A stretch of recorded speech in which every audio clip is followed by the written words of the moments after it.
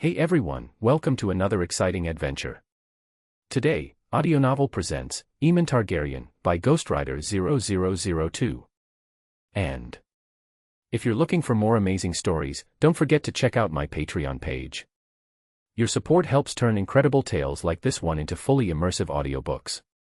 Join me on this journey, and together, we can bring more stories to life.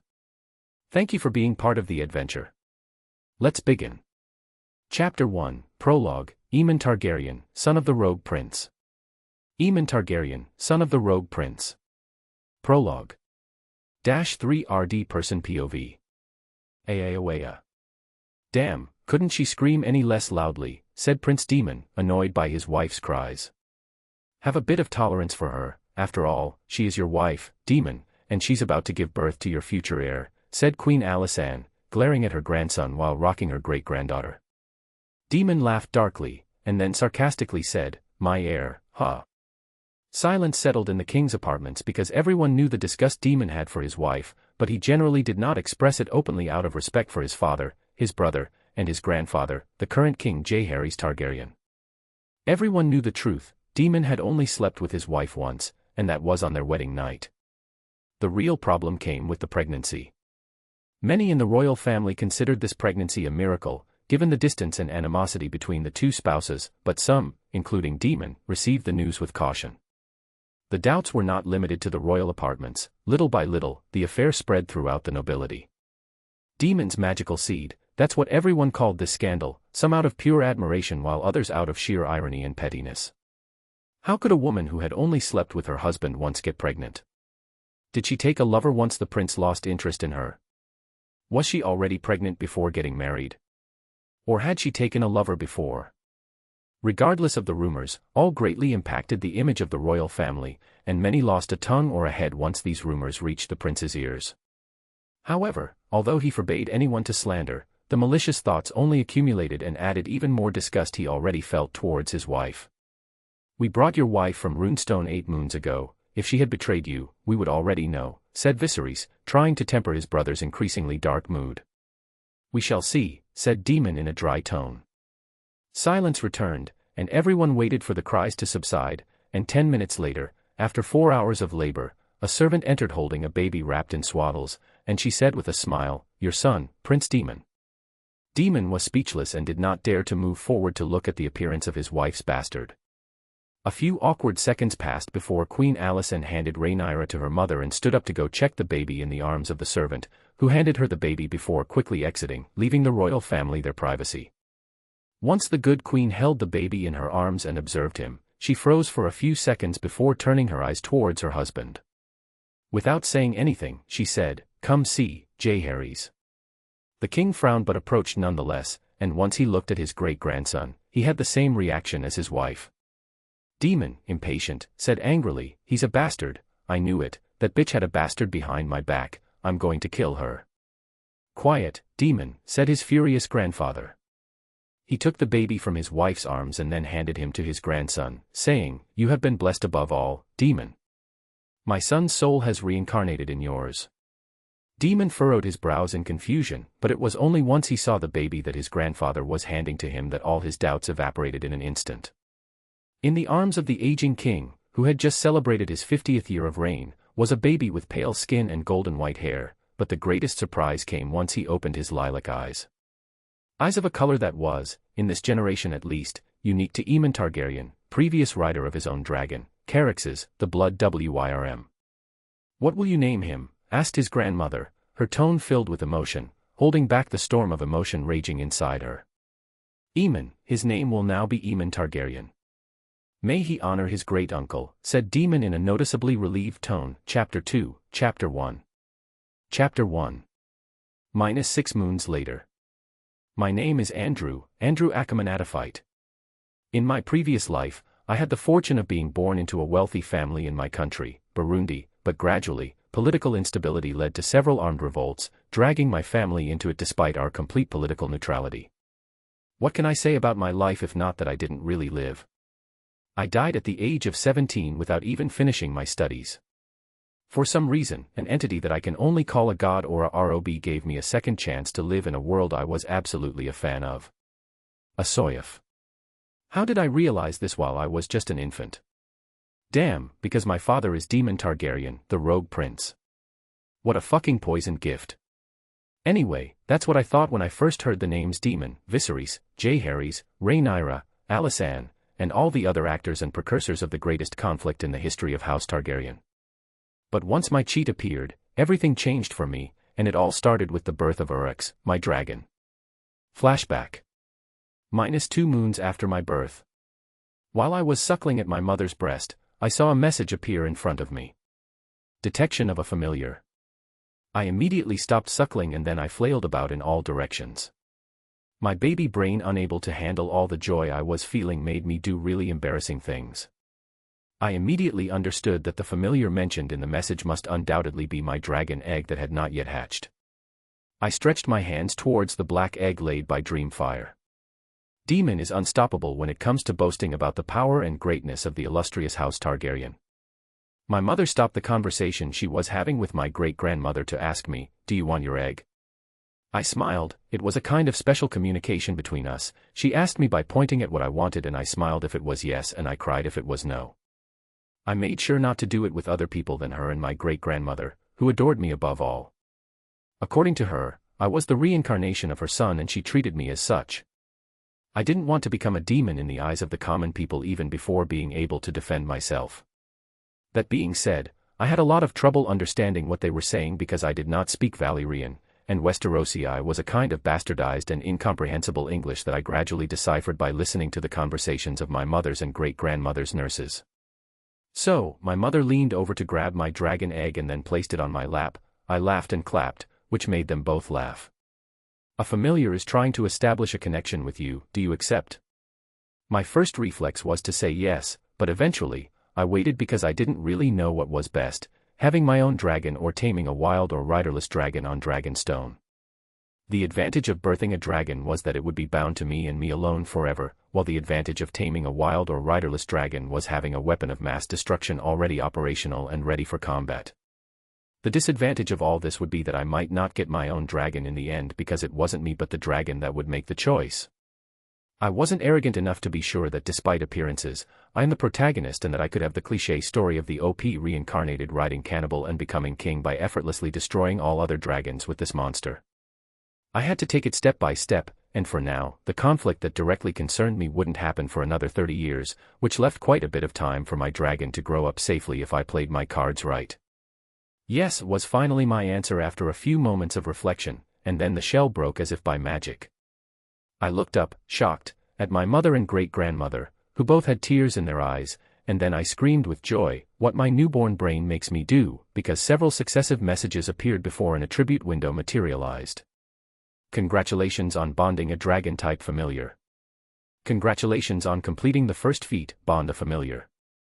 You have received the following rewards. Attribute points x10.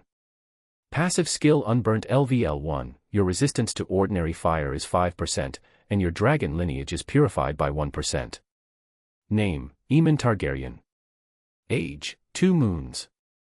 Title, Prince of House Targaryen. Allegiances, House Targaryen, King Jaehaerys Targaryen. Familiar. Attributes. Constitution, 13. Strength, 2. Endurance, 1. Dexterity, 1. Agility, 1. Speed, 1. Intelligence, 76. Willpower, 63. Charisma, 13. Perception, 71. Wisdom, 71. Unassigned points, 10. Passive skill. Unburnt LVL1, your resistance to ordinary fire is 5% and your dragon lineage is purified by 1%. Chapter 4, Chapter 2. Chapter 2. 23 RD Day of the 7th moon of the year 98 AC. As had become my habit for the past 6 moons, I was bored. But of course, I was bored. What else could I possibly do at my age? I had to be careful not to speak while also making sure not to appear foolish, and for that, I had to cry, smile, and weep, nothing more, nothing less. To break my boredom, I imagined lots of little games that I could play to pass the time, like counting sheep, for example. But that became deathly boring, so I stopped counting sheep and started counting crocodiles, and eventually, I also counted dragons. But there inevitably comes a time when one starts to get tired of counting animals, so I moved on to doing sums. Yep, good old mental arithmetic, that worked the best. But like everything, it also becomes boring once you've repeated it enough times. So, to kill my boredom, I cried. I cried until someone decided to come take care of me and take me out for a walk. I had absolutely nothing in common with all those reincarnated kids who are adorable and slightly autistic. No, I was a damn difficult child. My mother had gone God knows where, no, now I should say where only the seven know, and she had left me here. This had hardly ever happened before, and I didn't want to be cared for by nurses. Who knows if they would poison me or sell me to a slaver, or even. My train of thought was interrupted once I saw my great-grandmother enter my room. I clapped very loudly to show her my enthusiasm, and then I raised my arms. It was the signal between us. She smiled gently and then placed her hands under my armpits, bringing me close to her chest while whispering in Valyrian. "You scare all your nurses, you little rascal." I smiled but remained silent and hid in her neck. She stroked my back and then said, "Let's go for a walk, it's been a long time since you've seen Uryx." As soon as I heard the name Uryx, I immediately popped my head out from her neck and clapped. She smiled at me and then said, "You recognized the name Uryx, you really are a very intelligent little dragon." POV Harry's. Knock, knock, knock. "Your Majesty, the Queen has left the castle," said Ser Ryam. "Where to?" I asked, confused.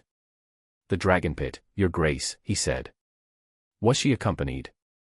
I asked, already suspecting the reason she would go there, especially since Silverwing was not there. "Yes, Your Majesty, she took your great-grandson Aemon with her," said my new hand. "Thank you for informing me, Ser Ryam." He bowed before exiting, and once he closed the door, I let a small smile cross my face. With the many deaths we had faced, the birth of Rhaenyra and Aemon had been a comfort to our entire family. Especially the birth of Aemon. He looked so much like our Aemon that it was really disturbing, but as he grew, I saw many differences, especially in their behavior. It allowed me to quickly move on and resume my role as king, which was not the case for Alysanne. She took care of him more than his own mother and probably loved him just as much, if not more. I hope he outlives us, otherwise, it could well finish her, I thought. We had had many children, and we had lost too many: Aegon, Daenerys, Valerian, and Gaemon. This taught me that a child's health was extremely fragile. POV Rhea Royce. "Father, I'm delighted to see you," I said, giving my father a fake smile. "No, you're not. I can see it on your face," said the protector of the Vale, Yorbert Royce. I said nothing, and he continued, "Rhea, do you realize what I've done for you? I married you to a prince. We're not a great house, but I managed to do it. Your son will be a dragon rider, the first lord of Runestone to become one. Spare me these meaningless words and tell me why you've come, father." My father frowned and then said, "You need to have a second one." I was shocked for a few moments before bursting into laughter, paying no heed to decorum or my attire. I laughed long and hard before finally regaining my composure to say, in a tone filled with resentment and betrayal, "You came here to ask me to have a spare." He said nothing, and I became increasingly angry. "You really made all this way to make me consider the death of my baby instead of coming to celebrate his birth. Rhea, don't pretend like you don't understand. There has to be at least one who is a Royce. Don't forget why I agreed to make you my heir. If you don't have a second, I will erase you from my succession and name your cousin Gerald in your place," he said, hardening his facial expression. I felt my stomach knot up several times inside me. I wanted to curse at him and even slap him, but in the end, the only thing I could say was, "I will do what needs to be done." He nodded and then said, "The next time you come to visit me in my chambers, I want you to be accompanied by your son. He is a Royce above all, and he must understand that from his youngest age." "Yes, father," I said, gritting my teeth against each other. "You may go," he said. I did not hesitate and immediately left once he dismissed me. I wiped away the tears that threatened to spill from my eyes and took a deep breath before heading to my chambers. Seeing Aemon's room empty, I called out to the guards posted in front of his room and asked, "Where is my son?" "The Queen took Prince Aemon to see his dragon," said one of the guards. I let out a sigh of relief and then just waited for them to return. The only thing that allowed me to bear this place was holding my son in my arms, and right now, I needed it more than ever. POV MC. We got out of the carriage once we arrived in front of the dragon pit. I had never seen anything so beautiful. Well, no, it wasn't really beautiful, it was more majestic than anything else. "This is your first time seeing the dragon pit, isn't it, my little dragon?" said my great-grandmother with a mischievous little smile.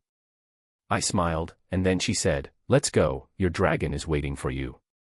You have been separated for several moons now, my dear." I clapped to show my excitement, and then we entered the immense abode of dragons at King's Landing. Once inside the dragon pit, a dozen soldiers in armor arrived and knelt before us. "Your Highness. Bring Urex." The chief of the dragon keepers nodded and then gestured to his subordinates to fetch my dragon. A few moments later, the keepers returned with my dragon, and I was really surprised because he had grown so much that I wouldn't have recognized him if it weren't for the special connection we had with each other since I accepted Urex as my familiar. Urex was truly magnificent. His black scales were as dark as obsidian, demonstrating the fierce side of dragons, while the silver reflections on the spine and wings highlighted the elegance of my dragon.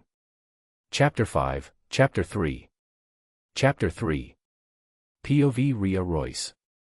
As I kept replaying my conversation with my father and its implications in my mind, I was snapped out of my thoughts by the laughter of Aemon and the Queen. I instantly stood up and opened the doors to my apartments. In front of the doors, Queen Alysanne, Aemon, and a third guest were waiting. I frowned, aware of the king's clear refusal regarding the closeness between Urex and Aemon. "Your Highness, I thought the king had forbidden." I began, glancing between them and my son's dragon, who waited quietly like a little puppy at his master's feet. "I will speak to my husband, and I would have you know, Lady Rhea, that as the queen, I still have a say in certain trivial matters concerning my house. You know perfectly well that I cannot deny him anything," she said, handing me Aemon. "Thank you for him," I said, taking my son into my arms and tenderly kissing his forehead. "He has thanked me enough. He cried a lot for me to agree, but once Urex followed us, he has not stopped smiling and showering me with kisses." I smiled and then said, "He is very intelligent, and I know he understands more easily than other children. When he has learned to speak, read, and write, I am sure he will be as intelligent as Vagon and Jaehaerys," said the Queen. "Thank you for your praises, Your Highness." I was about to enter our room, but she stopped me by holding my arm and said, "I do not wish to seem intrusive, but for Aemon's well-being, you will need to quickly choose your place within this family. Either you are Aemon's mother, or you remain Rhea Royce." My heart raced, but I said nothing. I simply bowed and then turned on my heel, taking my son into my private apartments. POV MC. I frowned upon hearing my great-grandmother's words but cleverly nestled into my mother's neck to hide my surprised expression.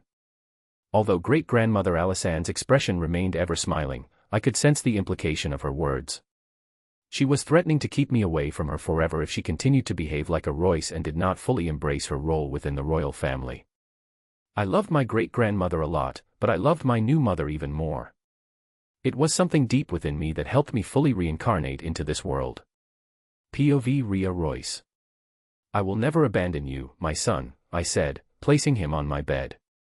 Then, I closed my eyes for a short moment, positioning myself next to him and gently wrapping an arm around him so he wouldn't fall.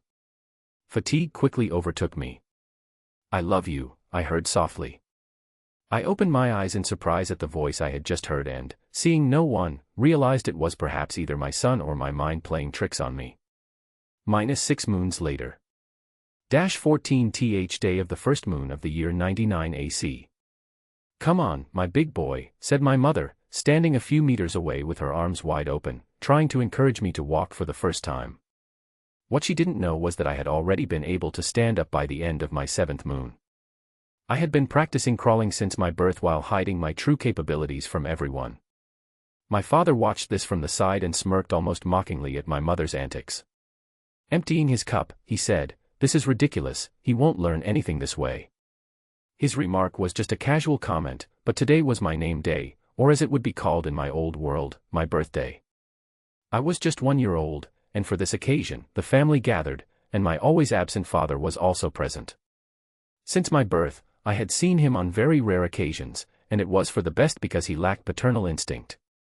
He preferred to spend his time in brothels rather than take care of his family, and honestly, I couldn't blame him.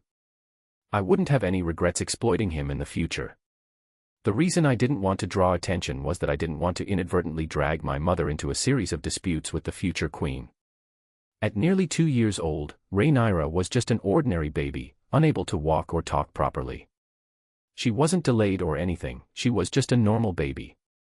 Aemma Arryn, though a pure example of kindness, was just an ordinary young woman, and I didn't want to test the patience or magnanimity of my aunt. It's nothing. Rhaenyra can't walk either, and she only started babbling a few moons ago, said Aemma Arryn, my uncle Viserys' wife. Viserys, who seemed unconcerned about it all, was talking with the king, who, in contrast, kept an eye on everyone. I was about to pretend to want to play with my cousin again, but then Daemon said, but you haven't heard the latest. I learned from Hubert Royce, the protector of the Vale, that I'm lucky because my heir is a very intelligent child, also capable of speaking. Once he said this, everyone stopped their conversations and subtly turned their attention toward us. The atmosphere suddenly changed, and I realized Daemon had deliberately said it in front of everyone to cause problems for my mother, who had been, to put it kindly, ferocious with him since my birth.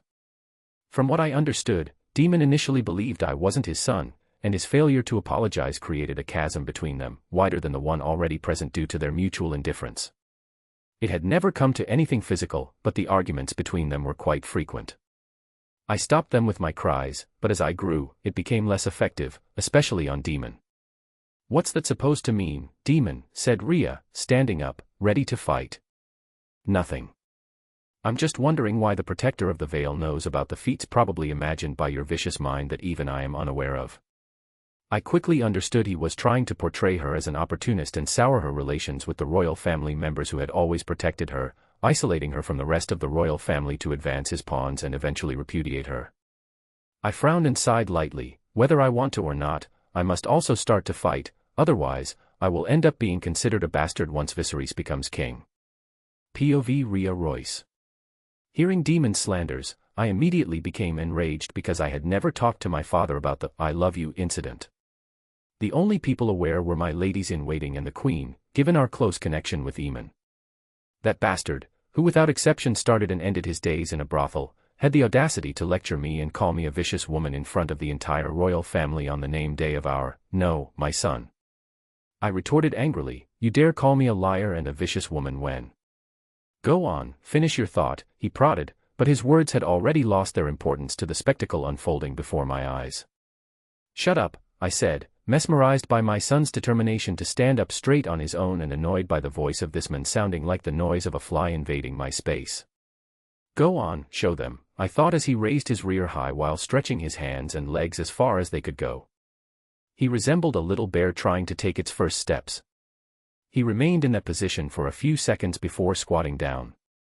I felt a wave of frustration and sighed, ready to pick him up and encourage him, but to my surprise and everyone else's, he suddenly stood up as if trying to propel himself into the air to touch the stars. I clapped, extremely proud of him, but my heart leaped into my throat as I saw him lose his balance and fall on his behind. I thought he would cry, but he simply said, "Ow," before bursting into laughter and clapping. I smiled, and then he raised his arms. I shook my head, then picked him up and spun him around a bit before he completely calmed down and put his thumb in his mouth. Turning to the rest of the royal family members, the king said, "Your father was not lying, your son is indeed very intelligent." I nodded and smiled, saying, "Thank you, your majesty." He smiled back silently, and then Prince Balon asked, "May I?" "Of course." POV MC. Okay, I know I'm a genius actor and too cute, given the Targaryen blood running through me, but seriously, I'm not a mascot or a doll. After my little distraction was performed brilliantly, I was passed from hand to hand, and everyone had their turn admiring my little self. Grandfather Balon, Uncle Viserys, Aunt Aemma, Aunt Gale, and even my great-grandfather His Grace, the King of the Seven Kingdoms, Jaehaerys Targaryen. None of them spared the cheek pinches or tickles. I underwent all kinds of torture before ending up in the arms of my great-grandmother, who simply allowed me to rest and pretend to sleep in her embrace. For a long time, nothing happened, but just as I was about to actually fall asleep in my great-grandmother's comforting embrace, I suddenly heard my great-grandfather's voice softly say in High Valyrian, "This child is special." I know, said my great-grandmother, continuing to rock me. You must be careful with the love you show him, said Jaehaerys. I felt the good queen tense up and say in a confused tone, the love I show him. Look at our grandchildren. Viserys is starting to become jealous of his brother, said the king. The queen softly smiled and said dismissively, it won't create a rift between him and Daemon, if that's what you're worried about. That's not what worries me, Alysanne. What worries me is that he becomes obsessed with the idea of having a son, said the king. That's a trait he probably inherited from you, she said with a hint of spite. My dear, don't be so spiteful. You know very well the conflicts it could cause between Viserys and Aemma and inevitably between Aemma and Rhea. Once a real rift forms, do you truly believe the boy will sit idly by without defending his own mother? Let me remind you, this child, as you call him, is our blood, Jaehaerys, said my great-grandmother in a displeased tone. I know, and that's why I'm asking you to distance yourself for a while. Spend some time with Rhaenyra. You hardly take care of her or even Gale since Aemon's birth, he said in a calm and detached tone as if he wasn't talking about members of his family but about people he had met the day before. I will raise Aemon properly, said my great-grandmother with all the dignity her title as queen bestowed upon her. He is not our son, Alysanne, said the king softly but sharply. I felt her tremble for a moment, then she calmed down and said, I will spend the day with Aemma tomorrow and ensure I spend time with all members of my family. I could sense that no one was satisfied, but the king said nothing and simply stood up to talk with my grandfather. You are my little dragon, my great-grandmother whispered in my ear as I did my best not to move and not give myself away. Chapter 6, Chapter 4. Chapter 4. 3 RD Person POV. 8 moons have passed in the blink of an eye, and the realm was shaken by a great piece of news that the royal family tried in vain to suppress with all their might. Princess Gale had fallen for a troubadour and was expecting a bastard from this performer. The king quickly confined Princess Gale, ordering her to drink moon tea. The princess refused, but some time later, she miscarried and lost the baby, much to the king's relief, who hurried to have the maesters and septons testify to the princess's purity. Although the rumors were quickly stifled by the statements of the maesters and septons affirming that the princess remained pure, an incident reignited the gossip. The princess had allegedly committed suicide by throwing herself into Blackwater Bay. POV MC. Dracarys, said the king, commanding his dragon, Vermithor the Bronze Fury, with a stern look to burn the funeral pyre of his youngest daughter. I observed the funeral pyre and wondered what it felt like to outlive so many children. I couldn't truly understand this specific feeling, but if I ever had to lose people I care about, like my mother or great-grandmother, I would surely want to scream and shed all the tears in my body. Unlike them, who do not shed a tear, I thought, watching the couple who had aged 10 years in less than a week but remained strong and composed, their faces stern and gaze cold, yet dignified and unflappable.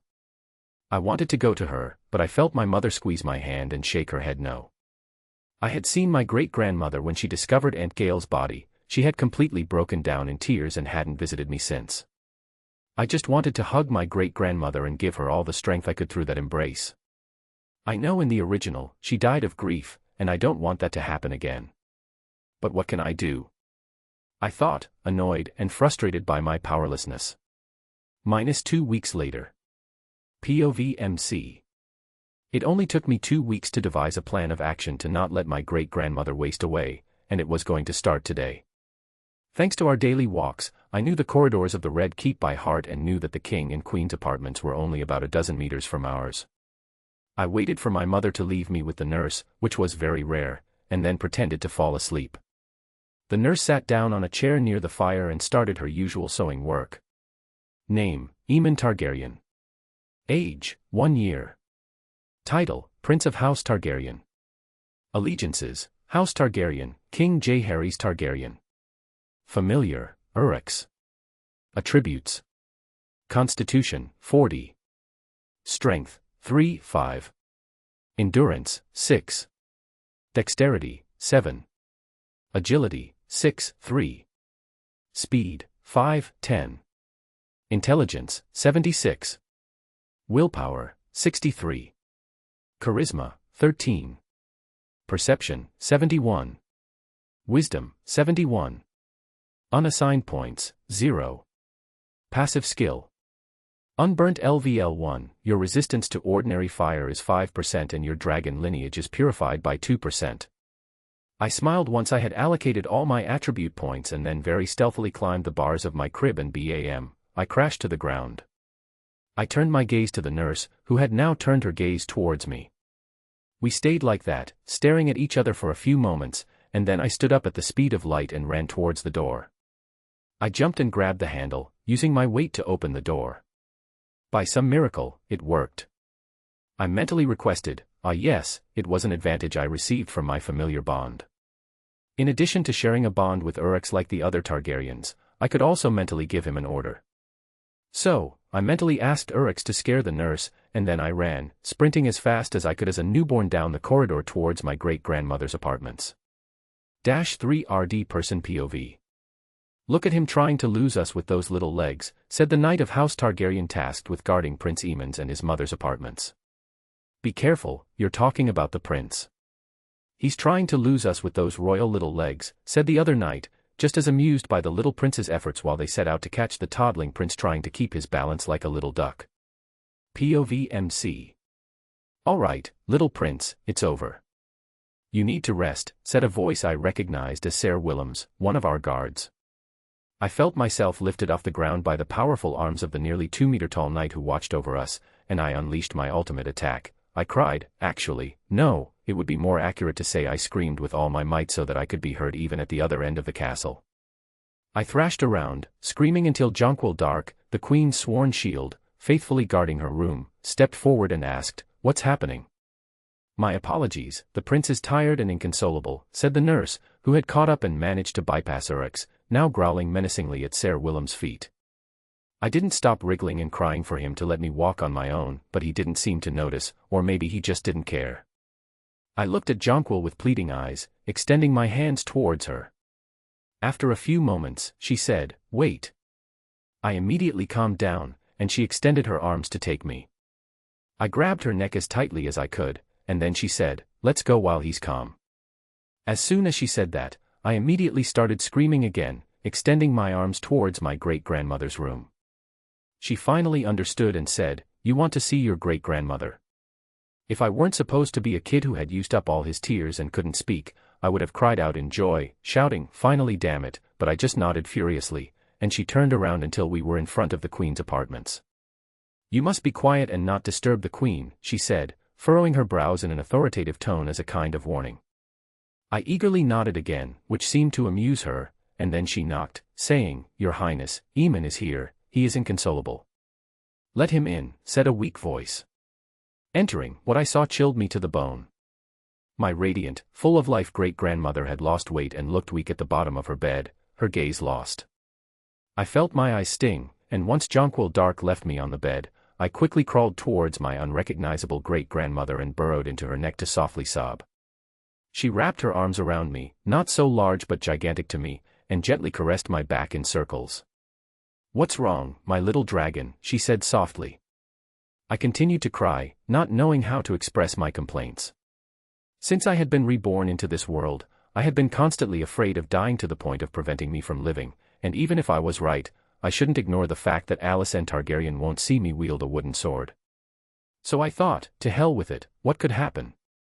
I'm already 1.5 years old, I've already held back for too long.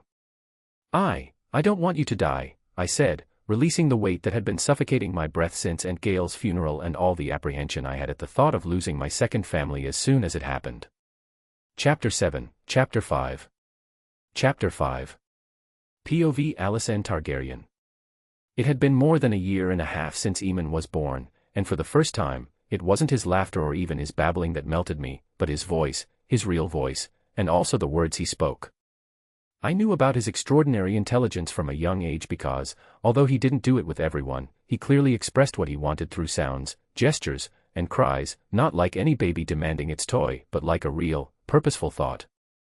However, how could such a young child hide from everyone that not only did he perfectly understand what people around him were saying, but he could also speak?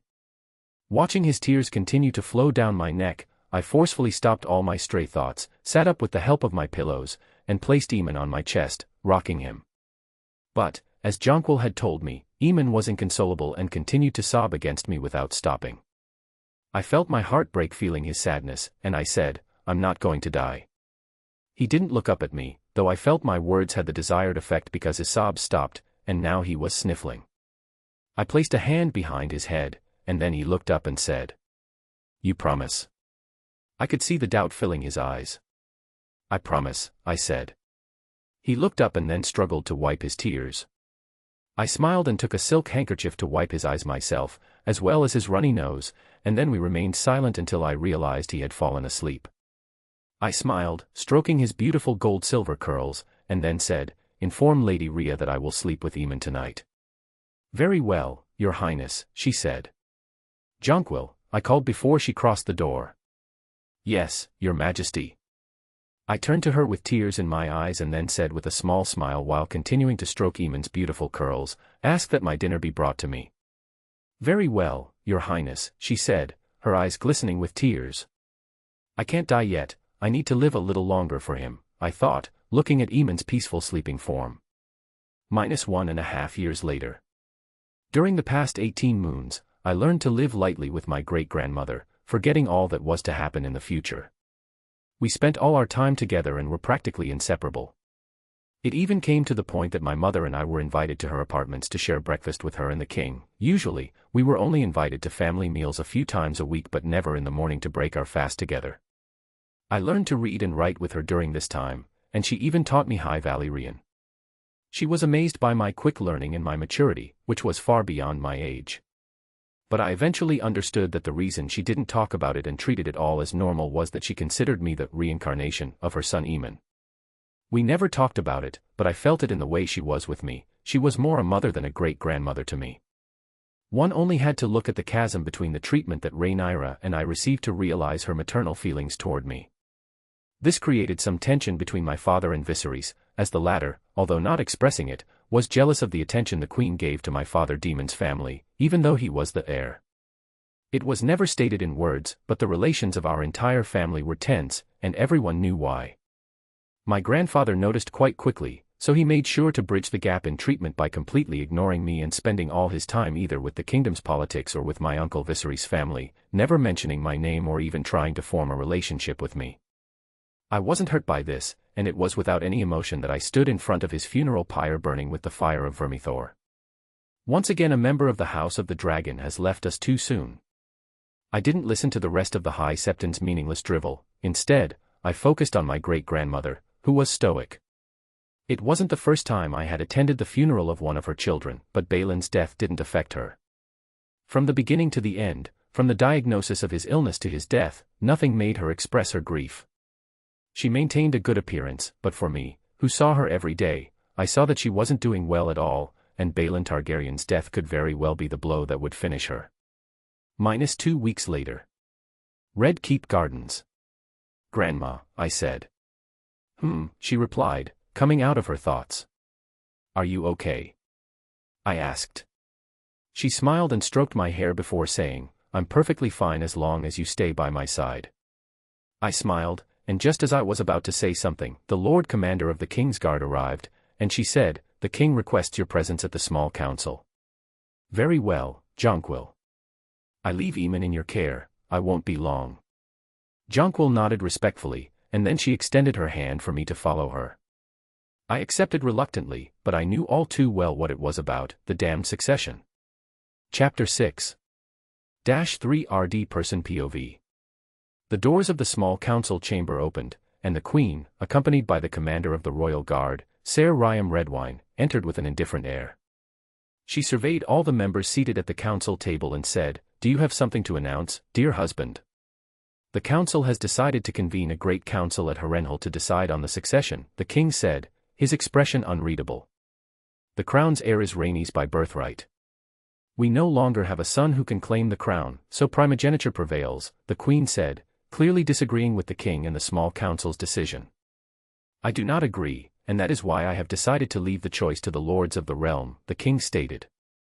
The queen wanted to say something but eventually fell silent and said, "Is that all?" "Yes," the king responded. "Very well, have a good rest of your day," she said before leaving, visibly angry. -3 weeks later. -12th day of the 5th moon of the year 101 AC. POV MC. I watched the knights in the training yard fighting each other with my father, one of the rare moments we spent together. "Who do you think will win?" my father asked. I pretended to ponder like a child and then said, "The knight with a stag embroidered on his doublet." "A good choice, but I bet a gold dragon that the knight with a seahorse will win," he said. As he had predicted, the knight sworn to House Valyrian eventually won, and I frowned, asking, "How did you know?" "We are Valyrians, exceptional beings. It's natural that we are better than mere peasants," he said. I nodded, pretending to agree, and then he started to boast about the power of Valyrian blood purity while expressing his own superiority over the rest of the world, basically, a megalomaniacal speech, meaningless, boring, and utterly tedious. It was only after 10 minutes of explaining our history and that of ancient Valyria that I saw my savior appear in the form of my great-grandmother. "Daemon, I've suggested to Lady Rhea to visit Dragonstone. Will you come with her and Aemon?" she said, giving me a hug. Daemon smiled and then said, "Sorry, grandmother, but we will not be able to be present for the time being. I've planned to take Aemon with me on Caraxes to visit our vassals. In view of the Great Council, I suppose." Daemon said nothing, knowing very well what Grandma thought of this, and then she sighed, saying, "At least leave Aemon with me. He will be less bored with his cousins." "I'm sorry, but I cannot do that," Daemon apologized to Grandma. "You cannot, or you do not want your son to bond with your cousin's children?" Daemon said nothing, but I could clearly feel that it was the latter that greatly bothered him. The Queen shook her head in disappointment, then caressed my hair and kissed my forehead before leaving. I wanted to run after her, but I did not because Daemon had a hand on my shoulder, tacitly intimating me not to do anything. -2 weeks later. -26th day of the 5th moon of the year 101 AC. Urex is a dragon, the very symbol of our power, and given the rate at which he grows each year, he could become as large as Balerion the Black Dread within a few decades, my father said. I smiled, excited because I knew the reason for this constant growth, which was irregular among other dragons. In addition to my attribute window, Urex had his own, and every animal he killed brought him attribute points. Name, Aemon Targaryen. Age, 2 years. Title, Prince of House Targaryen. Allegiances, House Targaryen, King Jaehaerys Targaryen. Familiar, Urex. Attributes. Constitution, 45. Strength, 24. Endurance, 23. Dexterity, 23. Agility, 3. Speed, 10. Intelligence, 76. Willpower, 63. Charisma, 13. Perception, 71. Wisdom, 71. Unassigned points, 0. Passive skill. Unburnt LVL1, your resistance to ordinary fire is 5%, and your dragon lineage is purified by 2%. Urex. Physical, 3,340. Magic, 4,203. Attribute points, 23. It took me a while to understand the functionality of my system, but it seems to only reward accomplishments worth mentioning, like bonding with a dragon, and it only rewards me when I kill. I verified this theory by killing a mouse with a trap and managed to earn an attribute point, but I was immediately scolded by Jonquil Dark, who caught me playing with my little trap and immediately reported it to Grandma, who hurried to pull my ears. 100 physical points of Urex equaled 1 foot, and knowing Balerion and the cannibal at their prime were over 300 feet long, I just had to let Urex consume 30,000 sheep for us to become nearly invincible.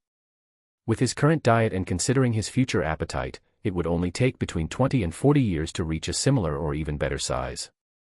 Unfortunately, the fact that my dragon was growing rapidly attracted my father's attention, surely commanded by the king himself to pay attention to my education and ensure I did not become a bad seed given the weakness of the next king who didn't even have a dragon, which I found pitiful in my own opinion. Regardless of Viserys' qualities, in my view, the first quality of a Targaryen king is to have a dragon. If you don't have a dragon, how could you even impose your vision on the other riders of our house? Stop dreaming and come, my father said once the dragon keepers had finished properly attaching the saddle and straps that would hold me on Caraxes' back. Where are we going? I asked. We're going to visit your grandfather, the protector of the Vale. Why? You ask too many questions for a kid your age, Aemon, my father said. I tried to dodge the situation with a smile, and then he said, don't play the fool. Everyone knows now how intelligent you are, there's no point in hiding it anymore. I said nothing because at this stage, anything I could do or say would only serve to dig a deeper hole for myself. We fell into a comfortable silence, and then Daemon said, once we arrive at Runestone, I want you to forget that simple-minded air you take on in my presence and behave as my worthy heir. Is that clear? I nodded seriously, and once he finished securing me to the saddle, he moved behind me without securing himself and yelled, Soar, Caraxes. Caraxes began to run to exit the cave, speeding up as the exit approached until suddenly, he started to flap his wings, taking us to the skies. I won't lie, the sensation of being propelled upward was really horrible. However, the sense of freedom once the dragon spreads its wings is magical. I looked to my right to see Uryx, not even a third the size of Caraxes, who was over 100 feet long. I smiled and felt my father grasp my small hands to let go of the grip on the saddle. Following his movements and with arms wide open, I felt an unparalleled surge of power and freedom. No wonder he thinks he's superior. Anyone who experiences this kind of thrill on a daily basis would think so too, I thought to myself. Chapter 7. Hi everyone, it's Ghostwriter 0002. I've been getting a lot of positive messages, and I'm glad you're enjoying this FIC, which is actually the first one on House of the Dragon. A promise is a promise, as we say in French. I'm not sure if that'll make sense once translated, but basically, as I promised, here's the bonus chapter you earned by reaching the first milestone of 200 power stones. You guys are on fire. Alright, I'll let you enjoy the chapter. Have a great day or night, depending on where you are and when you're reading this. Ghostwriter 0002. Chapter 7. POV Yorbert Royce. Late in the evening, I heard two roars that made the castle walls tremble, and only once I fully woke up did I realize they were the sounds of two dragons. I immediately dressed, thinking Prince Daemon and my grandson would arrive much later. I opened the door and came face to face with the captain of my guard, Harold Shett. Have my son-in-law and grandson already arrived? I asked him as I fastened my belt and an ancestral bronze runic armor of House Royce.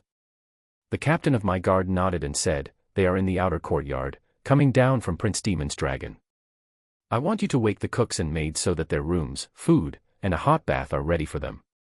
Yes, Lord Protector, said the captain of my guard before leaving to carry out my instructions. Once ready, I headed directly with two guards to the outer courtyard of the Eyrie, which was actually just a name for the westernmost courtyard as it was within the castle. Prince Daemon was carrying my grandson, who was asleep in his arms, undoubtedly exhausted from such a long journey without any breaks, given the speed at which they arrived. Prince Daemon, I said, bowing to my son-in-law. He nodded and then said, it has been a few years, dear father-in-law. I sneered internally, if it weren't for the Great Council, perhaps you wouldn't even call me by the name my mother gave me. I was aware of all the rumors in the capital and those portraying Daemon as a man without any decency or patience for my daughter, whom he dared to call the bronze bitch on multiple occasions and in front of witnesses. You'll get what you came for, you arrogant little shit, but you'll lose some of your scales in the process, I thought. 27th day of the 5th moon of the year 101 AC. POV MC. I woke up alone in a room the next morning and realized I had fallen asleep on Caraxes' saddle, rocked by the sound of the wind. I couldn't believe it, but it seems I was truly a Targaryen through and through to be so comfortable in the air on my first dragonback flight. Imagine if I fell in my sleep, I'm really a fucking idiot, I thought, swearing to keep this in mind because, when I'm older, I won't have my father by my side to hold me. Well, it's not that serious, I shouldn't overdramatize. The fault lies with this baby body of mine that doesn't want to grow fast enough for me to spend hours and hours on the back of my dragon. Did you sleep well? Said a voice I would recognize among thousands. Sorry, I said, knowing I hadn't made the memorable first impression Daemon had wished for. It's nothing, I was foolish to think you could handle the journey. You're just a child. I didn't know if he really meant what he said, so I just kept quiet, and he said, get ready. We are expected for breakfast with the Lady of the Vale and her loyal protector. I didn't know why, but when he said, loyal protector, he used a tone of voice that suggested the opposite. I mentally shrugged before following him and getting ready. 3 RD person POV. Already at the table, Lord Royce and the young lady of the Vale, Jane Eyre, stood up and bowed once Prince Daemon and his son, Prince Aemon, entered the room. The prince nodded at the display of respect, then placed his son on a chair opposite the very young lady of the Vale and sat down opposite his father-in-law, who seemed very pleased with the visit of his son-in-law and grandson. "It has been far too long since we've seen each other, Prince Daemon," said the protector of the Vale. "I agree with you, Lord Royce," he said in a nonchalant tone, though slightly uncomfortable. "How is my daughter doing?" asked Caraxes' rider's father-in-law. "Your daughter is in fine fettle, she is accompanying the queen to Dragonstone at the moment," Daemon said. "I'm very glad to hear that," he said as if he truly cared about his daughter's happiness. "And how is Aemon?" Yorbert Royce asked, casting a glance at the silent child looking at the girl in front of him. "He's doing very well, thank you for asking," Aemon said, looking at his grandfather with a small smile. Yorbert Royce appeared shocked before saying, "I didn't know you spoke so well. How old are you, dear grandson?" "I'm 2 years old, and in about 7 moons, I'll be 3, Aemon said nonchalantly while grabbing an apple to gnaw on. His grandfather, however, looked genuinely surprised by his grandson's responses. "You seem very intelligent, and your dragon is very large." "Yes, the gods have blessed me with great fortune. Father says my dragon grows so rapidly that I might even have, within a few decades, a companion akin to Balerion the Black Dread." He turned his head, shocked by the news Aemon had inadvertently let slip, and then said, "Prince Daemon, I have a few things to say to you once we have finished eating." Chapter 8. POV Daemon Targaryen.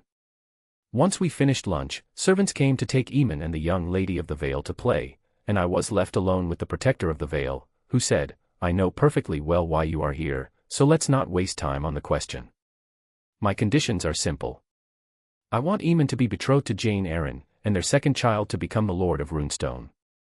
"Agreed, and Aemon will change his name. Aemon is my son. And that will not change, but if ever. No, it is not negotiable. Aemon is a dragon rider and will not change his name, it is a royal order," I said, cutting off any idea the protector of the Vale might have had. He frowned and then said, "I am not entirely satisfied, but as long as Rhea's grandson inherits her lordship." "It seems we misunderstood each other, you must name Aemon heir, not his mother," Daemon said. "Because I don't want that witch to have any power to cause trouble," I thought, remembering a time during our arguments when she had shouted that she was looking forward to the day she would leave with Aemon, my son. "Rhea is my daughter and you will vote against having a queen because she is a woman, you must remain consistent." "Jane Eyre is a woman," he said, trying to use his ward's situation as leverage. "And Aemon will be there for her as the protector of the Vale, and their sons will be lords of Runestone and guardians of the Vale, your direct descendants," I said, reminding him that we all had something to gain. He clenched his jaw but finally nodded, and I said, "Aemon will inherit your fief, marry your ward, and their children will be Royces and Aarons." "And the dragons," said the protector of the Vale. "Dragons are for the true children of House Targaryen, no one else." POV Yorbert Royce. I suppressed a frown and said, "Very well, we are in agreement. House Royce, as well as the Vale, will all side with you." "Thank you very much, dear father-in-law.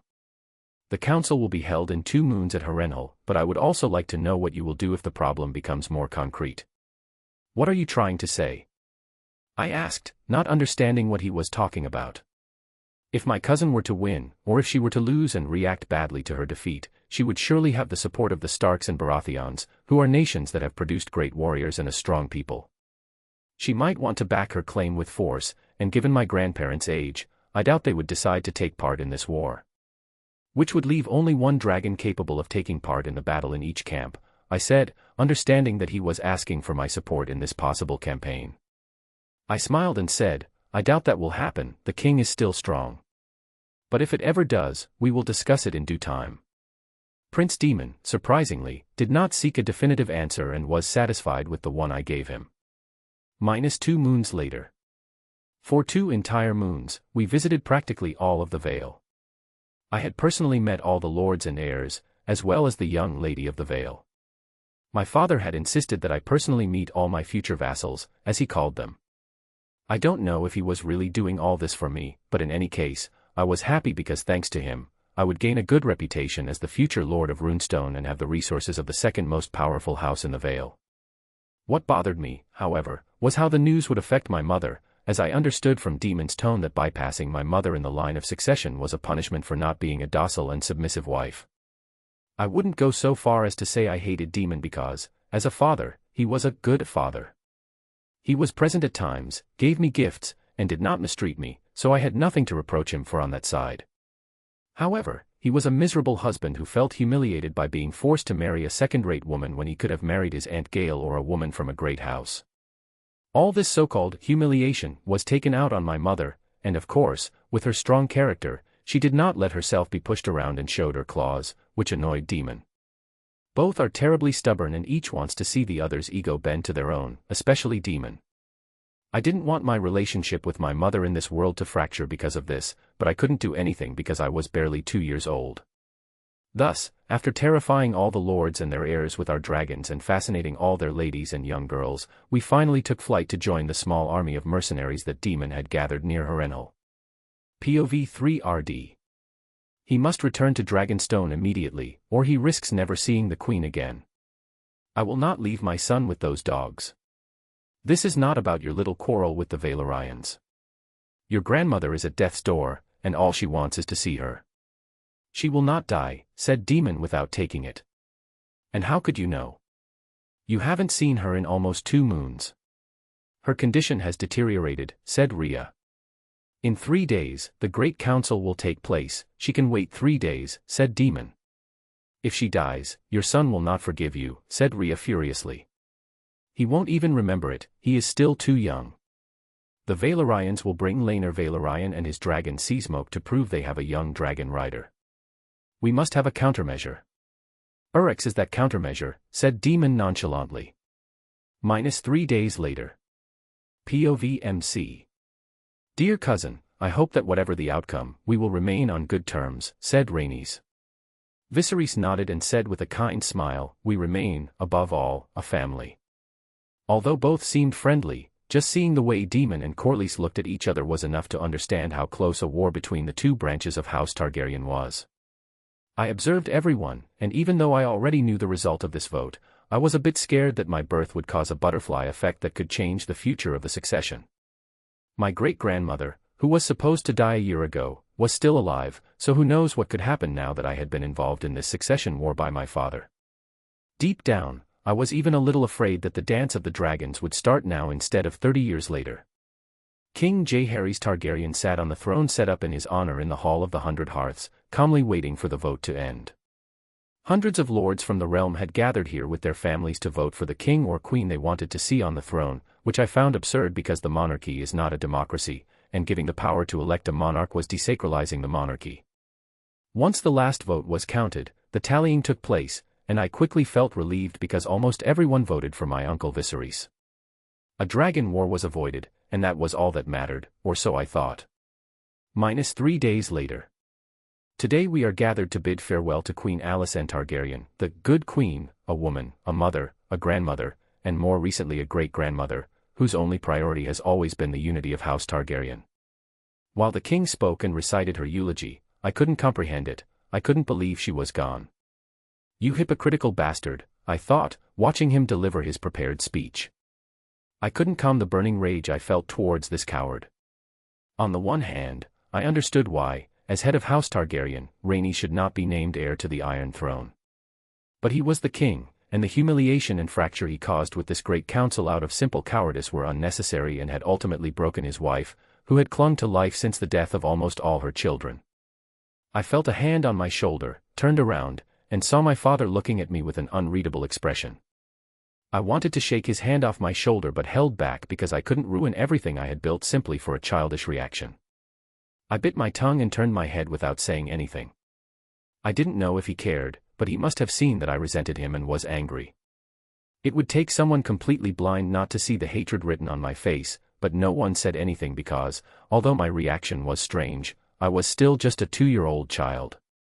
Aemon, said the king, pulling me abruptly out of my thoughts. I turned my gaze to him without responding, trying to contain my mood, and he said. In my wife's last wishes, she decided that Uryx should be the dragon to light her funeral pyre. I felt like I had been punched once he finished speaking, and I didn't say anything for a moment. The king said, "If you don't feel capable, I can do it." I instantly replied, "No, I am not a coward." While finishing inwardly, "Unlike you." Although I didn't say it, he must have guessed what I was really thinking and feeling because all your emotions are always written on your face, my little dragon. That's what Grandma used to say when she tried to tease me gently. I stepped forward with my head down, thinking of all our moments together, the walks, the breakfasts, the dinners, learning High Valyrian, and even learning the habits of dragons. All those moments were extremely precious because, thanks to her, I fully realized that this fictional world had become my new reality, that my family, though dysfunctional, was my family in this world, and that I had to take the best and enjoy my life because this second chance might be the only and unique chance to live for me. Once close enough, without even having to open my mouth, Uruk stepped forward and made a long, hoarse noise. I lifted my head determinedly, looked at my great-grandmother's embalmed body, and then said, "Thank you for everything you did. Farewell."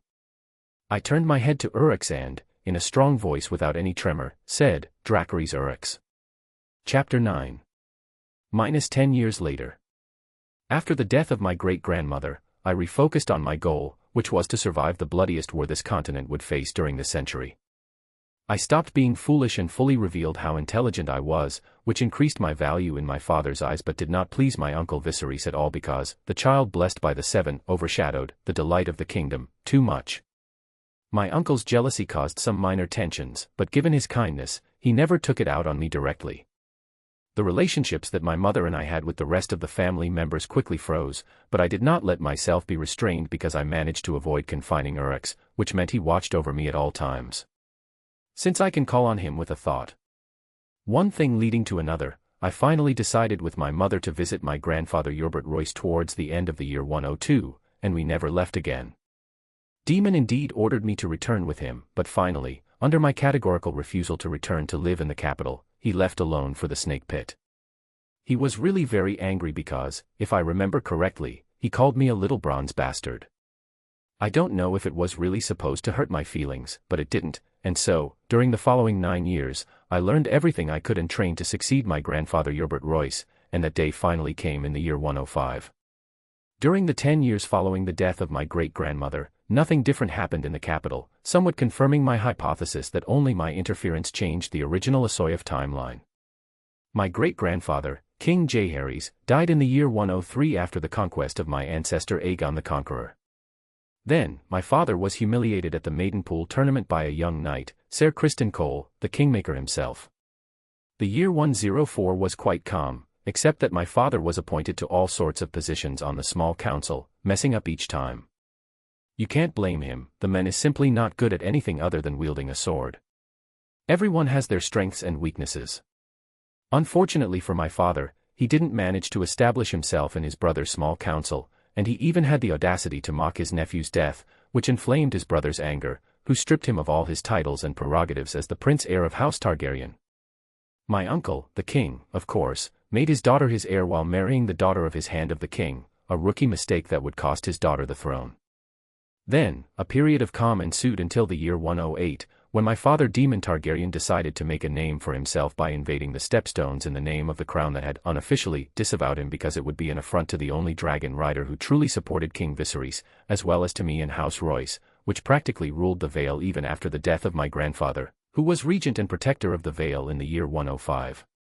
The crown remained silent during Daemon's entire campaign, neither approving nor disapproving, and finally, once the news that Daemon had been crowned king of the Narrow Sea spread, a chilling wind quickly swept across the continent.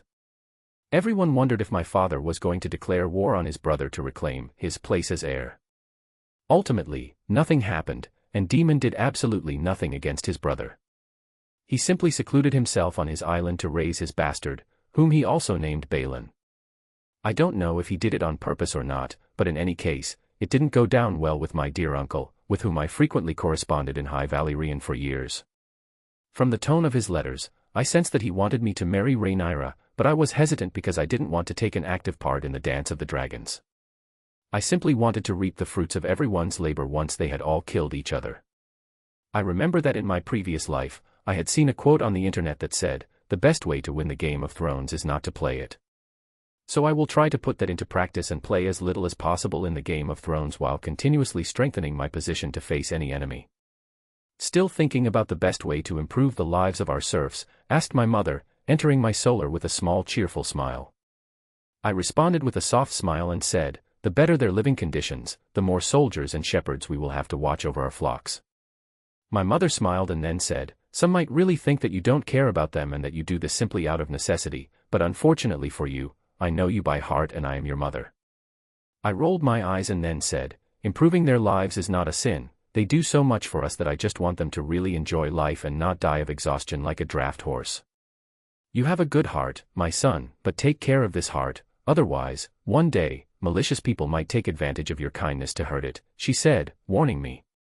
I nodded and then said in a tone full of ridicule, holding my chest, I promise to take care of my little heart. Don't mock your mother, she said. I'm not mocking, I said, resuming a fake solemn expression. I hope for your sake, she said before stopping when she saw the letter bearing the king's seal. The king has solicited you again, my mother asked, knowing very well what the king wanted. Yes, he sends me more and more letters these days, I said, nodding. You know why he does it, said my mother in a no-nonsense tone. I know, and I don't agree. I committed myself to the Lady of the Vale, Jane Eyre, I said. Oh, don't talk to me about that. She began before I interrupted her. Mother, whatever our strength, she remains above all our liege lady and the cousin of the heir to the Iron Throne, I said, preventing her from saying something she might regret in the future. She sniffed, visibly not agreeing with me, but she finally kept her opinions to herself and said while looking out the window at the knights and squires in training. We have trained 500 knights since my father's death and recruited over 2,000 young squires who will become young knights in less than 5 years. With our vassals and levies, we could push our host to more than 15,000 or even 20,000 soldiers. That's more than enough to defend ourselves against that harlot who has dishonored you openly for far too long. I smiled softly, noting the worry in her voice, and then I said, we are her vassals, nothing more, nothing less. The training of knights is only in the interest of protecting our people and our vassals from an assault by the mountain clans. My mother rolled her eyes and said, if you say so. A small silence settled, and after a few moments, my mother asked me, are you going to respond favorably this time? I gave her a look that said, not even in your dreams, and she knelt before me and said, grabbing my face with both hands.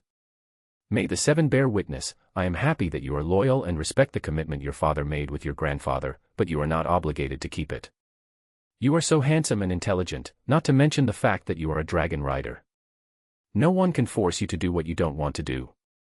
I smiled and said, holding my mother's hands, I am grateful to you, but I am committed, and whatever our liege lady does, it is my duty to support her with all my being. House Royce is a proud and honorable house. I will not sacrifice thousands of years of dignity simply for such trivialities. My mother sighed, stood up, and then said, you are not a Royce, you are a Targaryen, you could become king, why do you refuse to see it? I remained silent, and then she sighed one last time before leaving my solar, discouraged. Forgive me, mother, but a secret is only a secret when it is known by only one person, I thought, looking at my attribute sheet and Urix's. Name, Aemon Targaryen. Age, 12 years. Title, Prince of House Targaryen.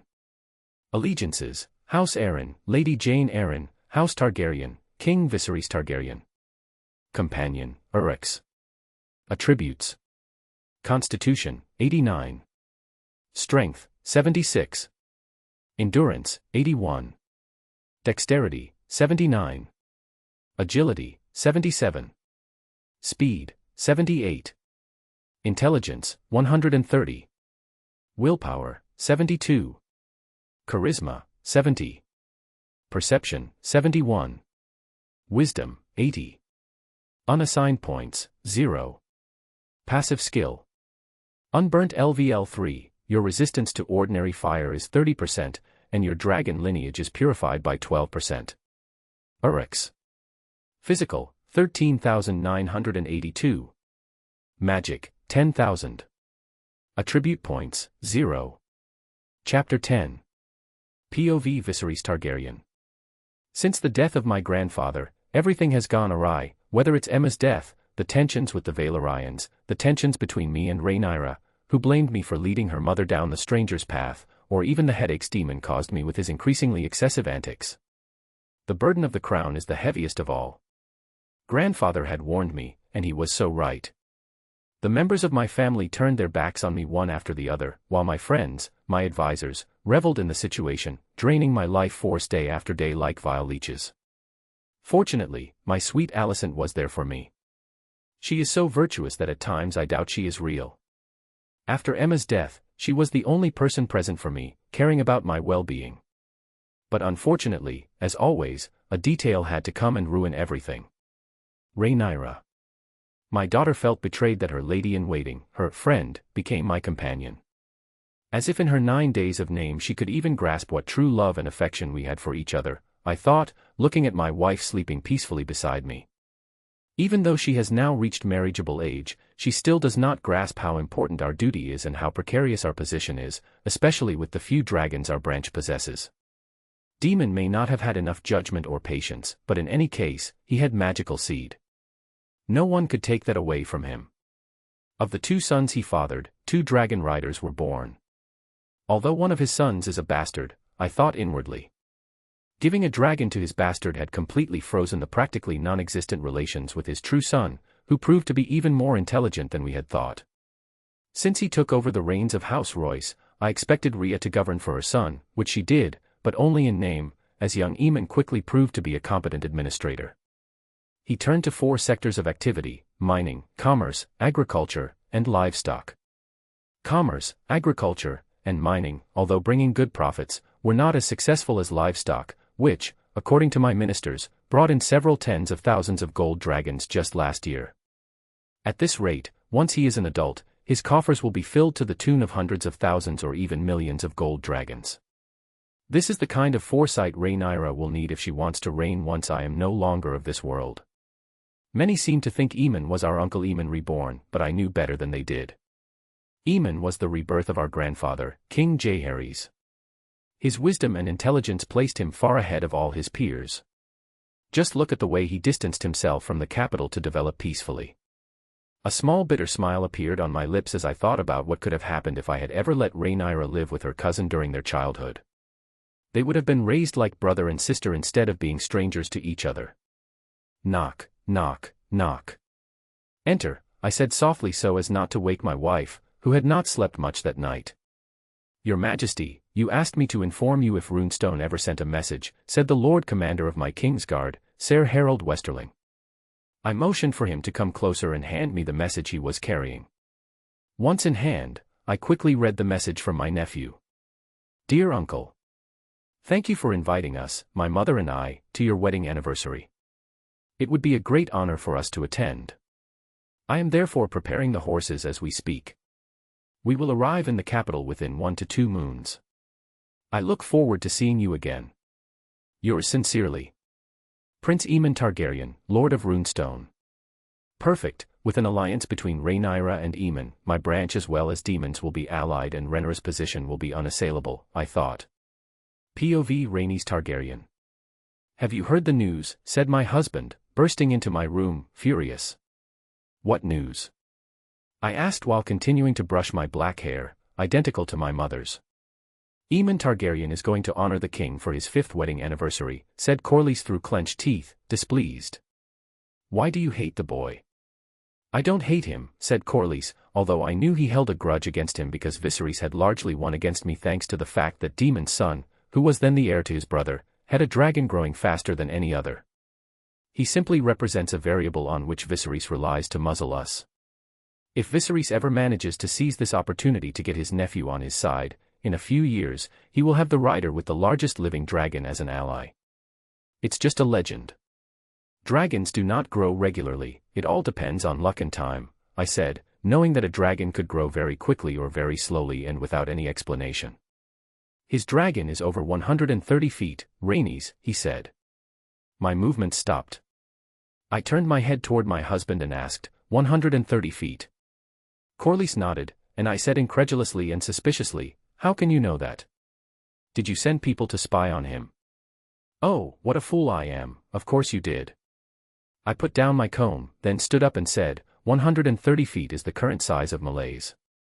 The destructive potential of a dragon of that size is not to be taken lightly. I took a few seconds to think, then asked another question: does he spend a lot of time on his dragon's back? I don't know.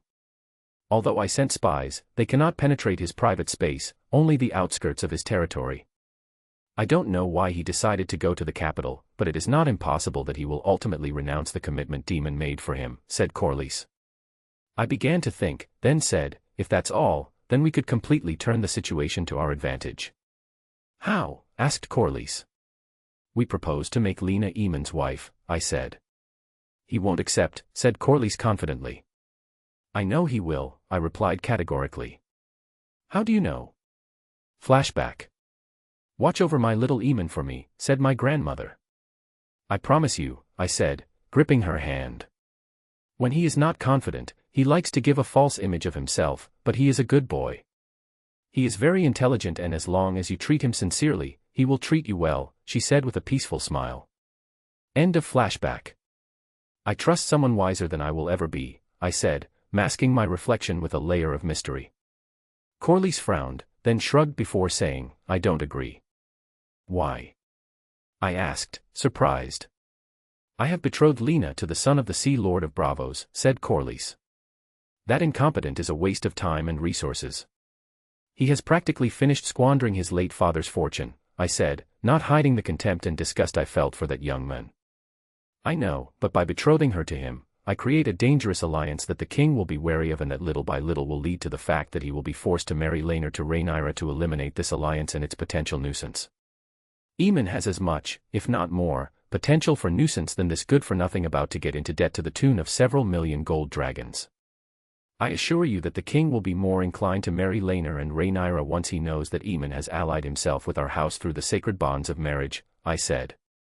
Corlys thought for a few moments, then said, you may be right, but if we proceed down this path, we will have to plan everything well so that we are not isolated in the end. Only the 14 know how many of those sycophants are waiting to put our heads underwater. Chapter 11. POV Aemon Targaryen.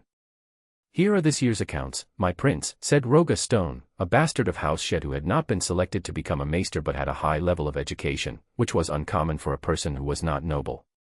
I took him on as my personal administrator, handling all the tasks I could not manage alone. Sheep. Sheep wool, quantity about 6 kilograms per shearing and 1 shearing once a year. Sheep flock in 110 to 111 AC, 5,000 sheep, 200 rams, 4,800 ewes. Annual quantity of wool, 30,000 kilos of wool, 1 kilo of wool at 20 silver moons equals 600,000 silver moons. Quantity of sheep slaughtered in 110 to 111 AC, 1,000. Quantity of sheep sold in 110 to 111 AC, 1,000, 1 gold dragon equals 1,000 gold dragons.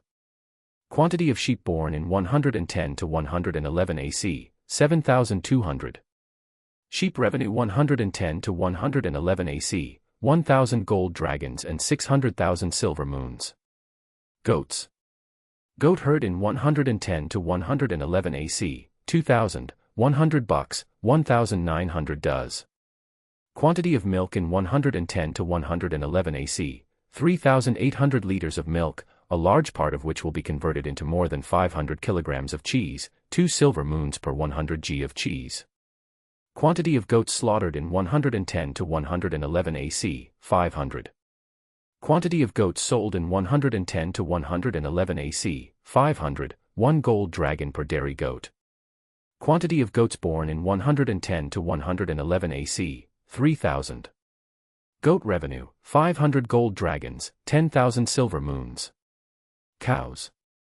Milk can be turned into butter or cream. Cow herd in 110 to 111 AC, 1,300 heads. Quantity of milk in 110 to 111 AC, 25,000 liters of milk to be turned into a ton of butter, 1 silver moon for 100 g of butter. Quantity of cows slaughtered in 110 to 111 AC, 50.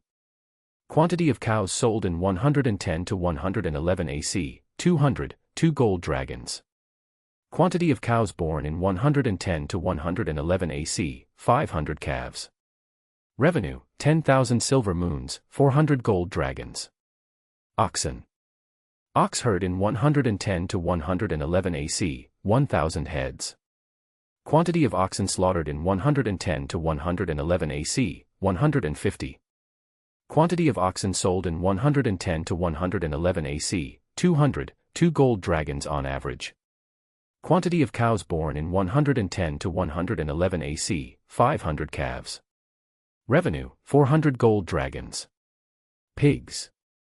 Pig herd in 110 to 111 AC, 10,000 pigs. Quantity of pigs slaughtered in 110 to 111 AC, 20,000 pigs. Quantity of pigs sold in 110 to 111 AC, 80,000 pigs, 1 large pig worth 1 gold dragon, x 2,000, 1 piglet worth 1 silver moon, x 78,000. Quantity of pigs born in 110 to 111 AC, 123,000 piglets.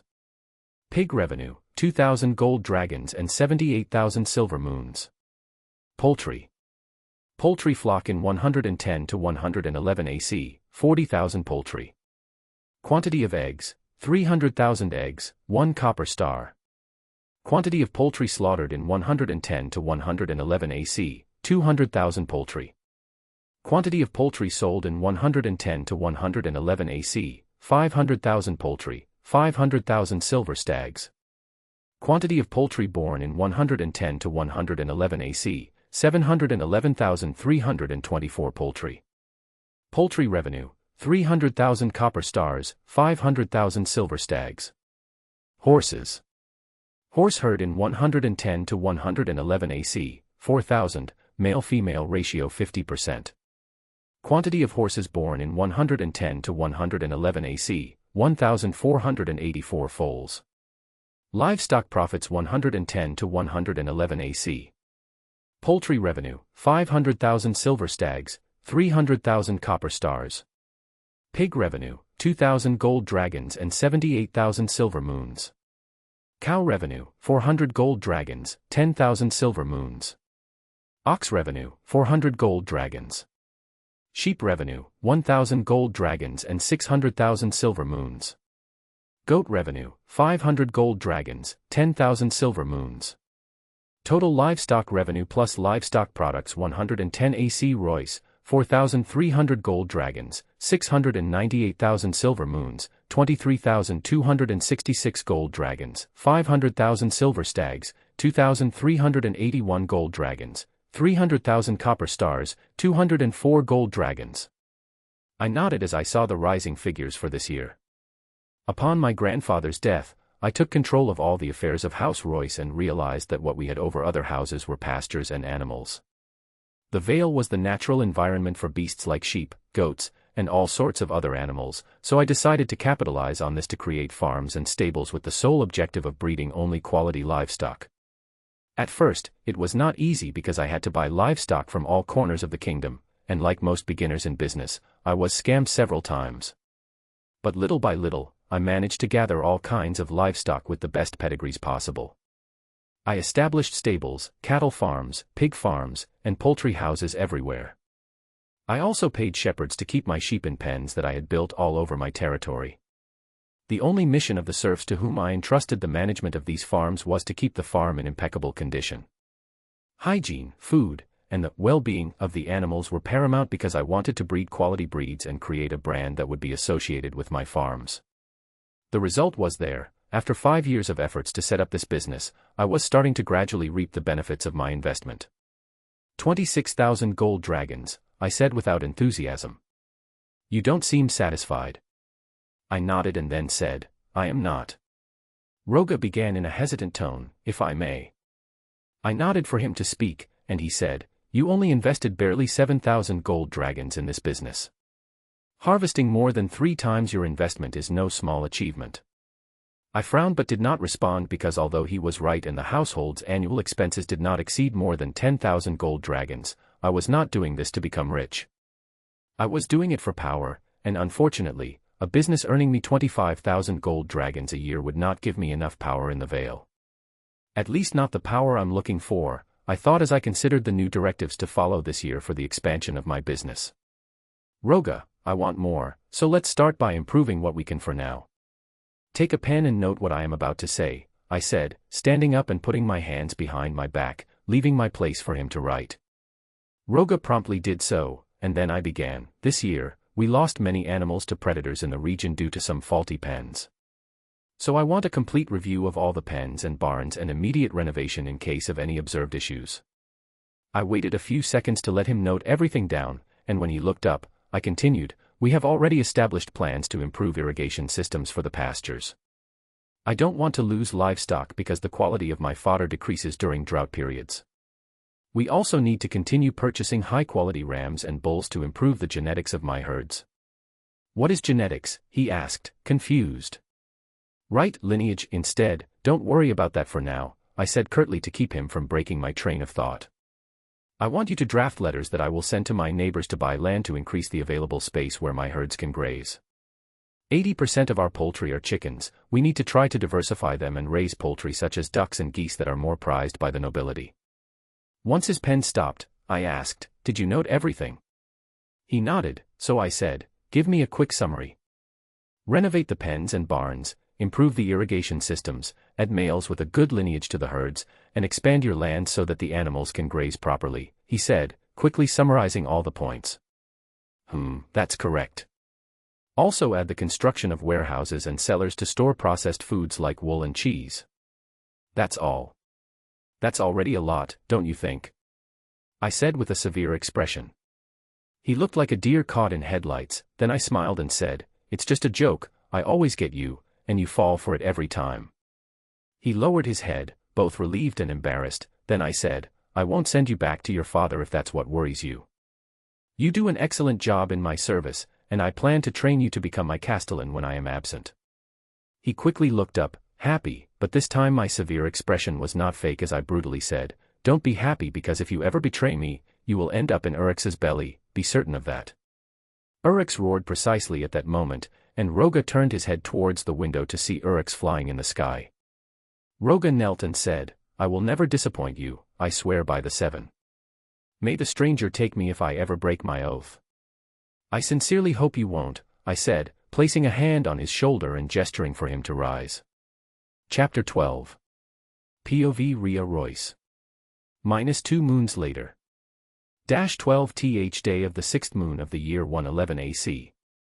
Are you ready? My son asked me with a mischievous smile. I gritted my teeth and said, you'll pay for this, be sure of it. His smile widened and then he shouted, Sovs Uryx. From atop my son's dragon, I held on as he ran towards the edge of the cliff and then leapt into the air. I was practically certain that it was a wicked game between my son and his dragon to scare me, so I clenched my jaw without screaming in fear as the ground approached.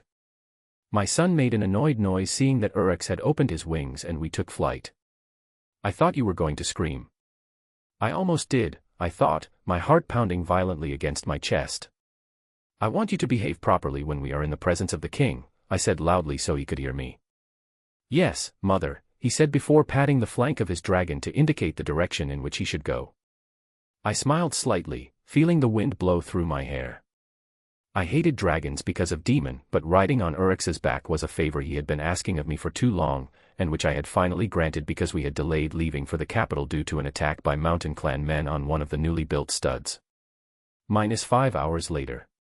POV 3RD. Dragon's Roar. The capital of the Seven Kingdoms was noisily awakened by the powerful roar of a black dragon. The shadow of the latter was so large that nearly a third of the capital was enveloped in it.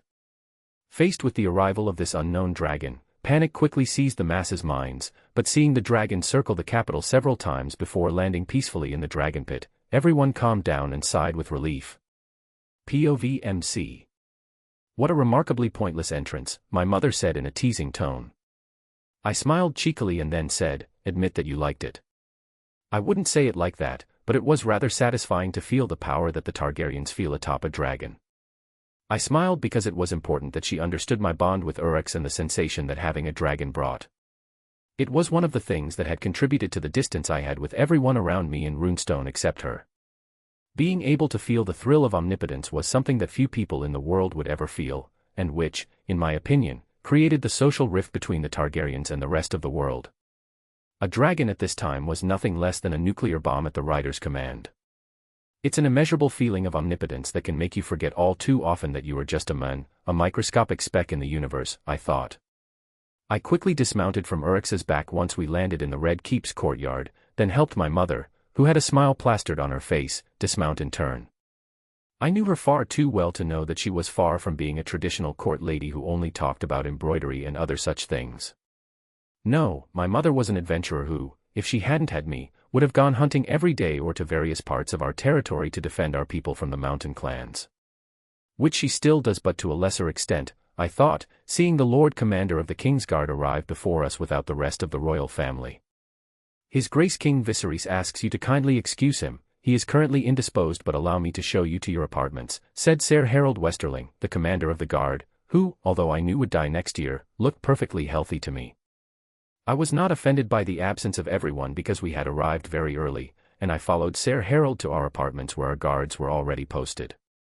I had sent a troop of 200 knights and 300 guards to the capital in several waves, of course, and under several different identities such as guards for House Roy's stalls selling precious furs and sturdy quality horses. Within the Red Keep, I was only allowed an escort of 50 knights, the rest were housed in the city where I had bought a few properties, and a plot of land on which I was unofficially building a barracks for my men under the pretense of building a manor. Thank you, Ser Harold. He nodded and then left, and we entered our apartments. As soon as we entered, I collapsed on the bed and said, I can't wait to return to Runestone. My mother rolled her eyes before saying, we haven't even been here for a quarter of an hour, and you dare complain. I am tense in this place, whereas in Runestone everything is fine, everyone listens to me, peace is assured, I don't have to fear being poisoned, I said, sighing in annoyance. The farther I am from the capital and all the intrigues of the capital, the better I feel, I thought. You are greatly exaggerating the situation. Remember that we are here for 10, maybe 20 days and then back home. It is extremely important to show the rest of the nobility of the Vale and even the kingdom that House Royce is doing well and that you are strong. It will keep the vultures seeking blood at bay, she said, this time seriously. Don't worry, mother, I know perfectly well why we are here, I said in the same tone. Although I complained, I was the one who had agreed to return this time, and I had agreed for a good reason. To get rid of these completely absurd betrothals that I have been dragging around for years, I thought. Chapter 13. POV Rhaenyra Targaryen. Have you heard the news, Ser Criston? I said, annoyed. Ser Criston Cole nodded and replied, yes, it seems the king has decided to offer you in marriage to your cousin, Prince Aemon. These rumors must have been spread by my detractors and all those who want my half-brother, Prince Aegon, to be the heir instead of me. But I won't let them. I will fight to keep my inheritance until the death if necessary. I will not end up like Aunt Rhaenys, I thought, clenching my fists. And that, without asking for my consent. He wants to marry me off to a child who, by all accounts, is Targaryen only in name, I said, growing angrier with each passing moment. He has a dragon, your highness, said Ser Criston. That is only thanks to my uncle's blood. Uncle Daemon told me about his son and said he was Targaryen only in name. Without his dragon, he would have disowned him long ago, I said, snorting in disdain. Then you do not intend to marry him, he said, surprised. Of course I will not marry him, and you will help me, I said with a sly smile, for I had found the solution to all my problems in Criston Cole. I will announce that whoever can defeat you in this tournament will receive my favor and may potentially become my fiancé. But as long as none of them defeat you, we will have nothing to discuss, I said, confident in the strength of Ser Criston Cole. None of the Kingsguard could best my sworn shield. Your Highness, this is not reasonable. His Grace the King will know you are trying to avoid the marriage.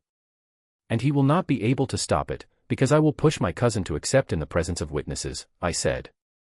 And how will you do that? Asked Ser Criston Cole. I don't know yet, I am still working on that part of the plan, I said, as I had to be careful that my plan did not backfire. Very well, I will do as your Highness commands, said Ser Criston.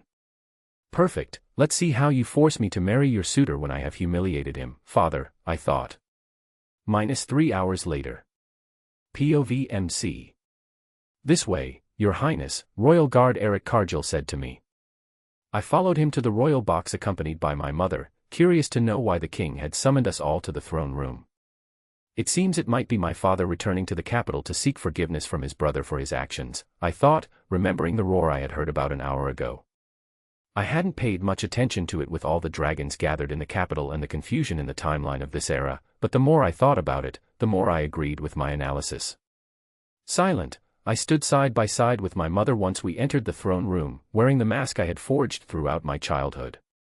The herald announced us, my mother and me, upon our entry into the throne room as the Lord of Runestone, Prince Aemon Targaryen, and his mother, Princess Rhea Targaryen.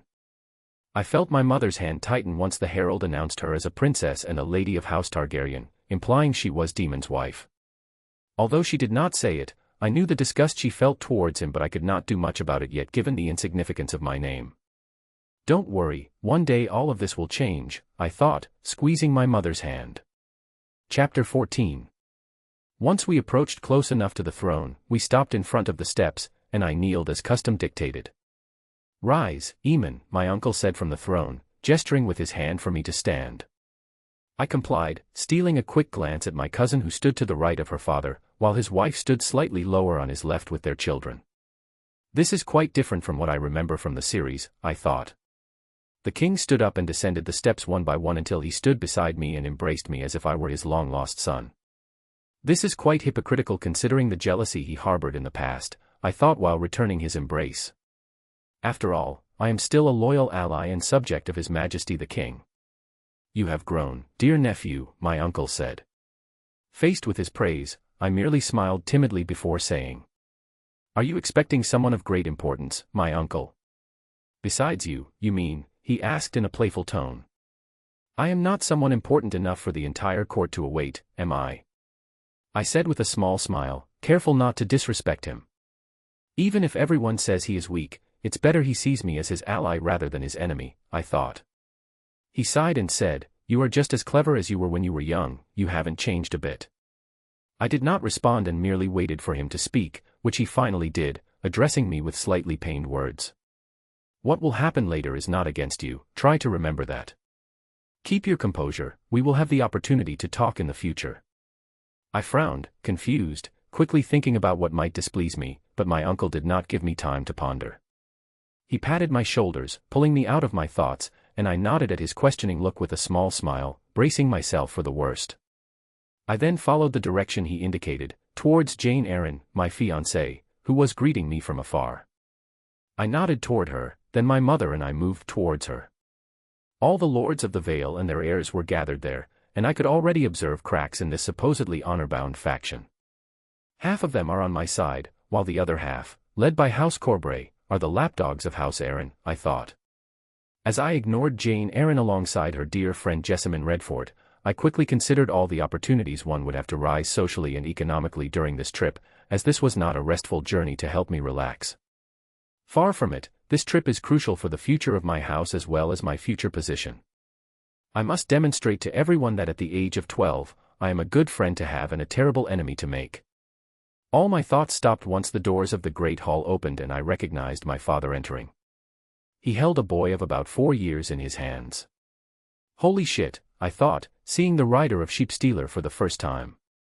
I turned my gaze away from them to look at my uncle who was watching me, and everything became clear in a second. My father was going to make his bastard his heir. I don't know how I hadn't realized it before, but it seemed that taking sides with my mother had deeply affected him, so much so that he had to produce another son elsewhere and give him a dragon. How could a 4-year-old boy tame a dragon like Sheepstealer? It's almost certain he used Caraxes as insurance to test or even force Baelin's compatibility, I thought disdainfully. Once my father reached the foot of his brother's throne, he removed the crown he was wearing as well as some kind of warhammer. I couldn't see well from where I stood. Daemon said, throwing both at them to the others. Viserys cast only a glance at the crown and Kragas Drahar's weapon before saying, Are you finally abandoning your kingdom to surrender to your true sovereign? I was never a king, it was my men and the sea snake who named me thus. I don't even know why they did it, he said, looking at the sea snake who was to his left, like my uncle, although I could tell that his surprise was nothing more than a charade. I rolled my eyes, seeing the two brothers play the court, which seemed completely scandalized by my father's accusations. Then he said, But I am certain it was nothing more than a title given in the drunkenness of battle and not a call to treason. I hope so, my uncle said, frowning at the family of his cousin the queen, who never truly was. In addition to securing the kingdom's trade routes, you bring me new territory. What do you desire, my brother? You have earned a handsome reward, said Viserys, sweeping aside all the years of coldness between the two brothers. With 2 dragon rider sons, Viserys has an interest in reconciling with father because 3 dragon riders are as many as House Velaryon. In case of armed conflict, if Balon Targaryen's branch is united, we will have the advantage over Aemon's branch, as well as more bargaining chips in negotiations, I thought. I want you to make my son Balon my sole heir and dissolve the marriage I have with my bronze bitch, said Daemon. You already have a son and an heir, said Viserys, visibly surprised by his words but not by their content, judging by his small, panicked, furtive glance in my direction. The son of my bronze bitch is not my son. I want Balon, whose mother I married according to our old traditions, to be my sole and only heir, said Daemon with a sly smile. This is punishment for not standing by his side. Aemon is your only legitimate son, but I will agree to legitimize your bastard and if Lady Rhea consents then. I consent, your majesty, said my mother after consulting me with her eyes. Judging by the victorious smile and all the eyes on me, I could already understand what my bastard father was trying to do. Being one of the few people with whom I spoke openly, mostly through letters, he knew that if I had agreed to come to King's Landing, it was to break off my engagement to Jane Eyre smoothly and find myself a new wife who would come from a powerful house but be submissive enough to know her place when the time came. The fool thinks I will compete for Rhaenyra's favors, I thought disdainfully. Chapter 15. Hi everyone, I'm really happy because this weekend was pure madness. So many of you joined the nobility on Patreon and supported me. Thank you 1,000 times. A new week means the power stones reset to 0. Last week, you were amazing, pushing this story to over 870 power stones. I'm not sure if you surpassed 900, but what I do know is that we can do it. Don't forget, every 200 power stone milestone unlocks an extra chapter. Whether you're a Patreon member or not, you'll also benefit from this because it motivates me to write more, to close the gap between the chapters published on Patreon and webnovel, and to focus more on this story. I wish everyone a great start to the week. Happy reading. Ghost Rider 0002. Chapter 15. POV Rhaenyra Targaryen. Seeing my cousin's cold expression as he was put in his place, struggling to maintain his mask and composure despite the humiliation his house had just witnessed, gave me such pleasure that I wanted to jump up and kiss my uncle. They had nothing in common except Targaryen features. I would never have believed he was one of my cousins. He looked more like a Royce than anything else, and his bronze armor emphasized the difference between us even more. I looked at Alicent triumphantly because it was she who had suggested I marry Aemon. Without her, I would still be free to roam the 7 kingdoms and not cloistered in the Red Keep waiting to be thrown to the wolves. Once the reconciliation between my father and my uncle was completed, everyone was immediately invited to a small party in the royal gardens.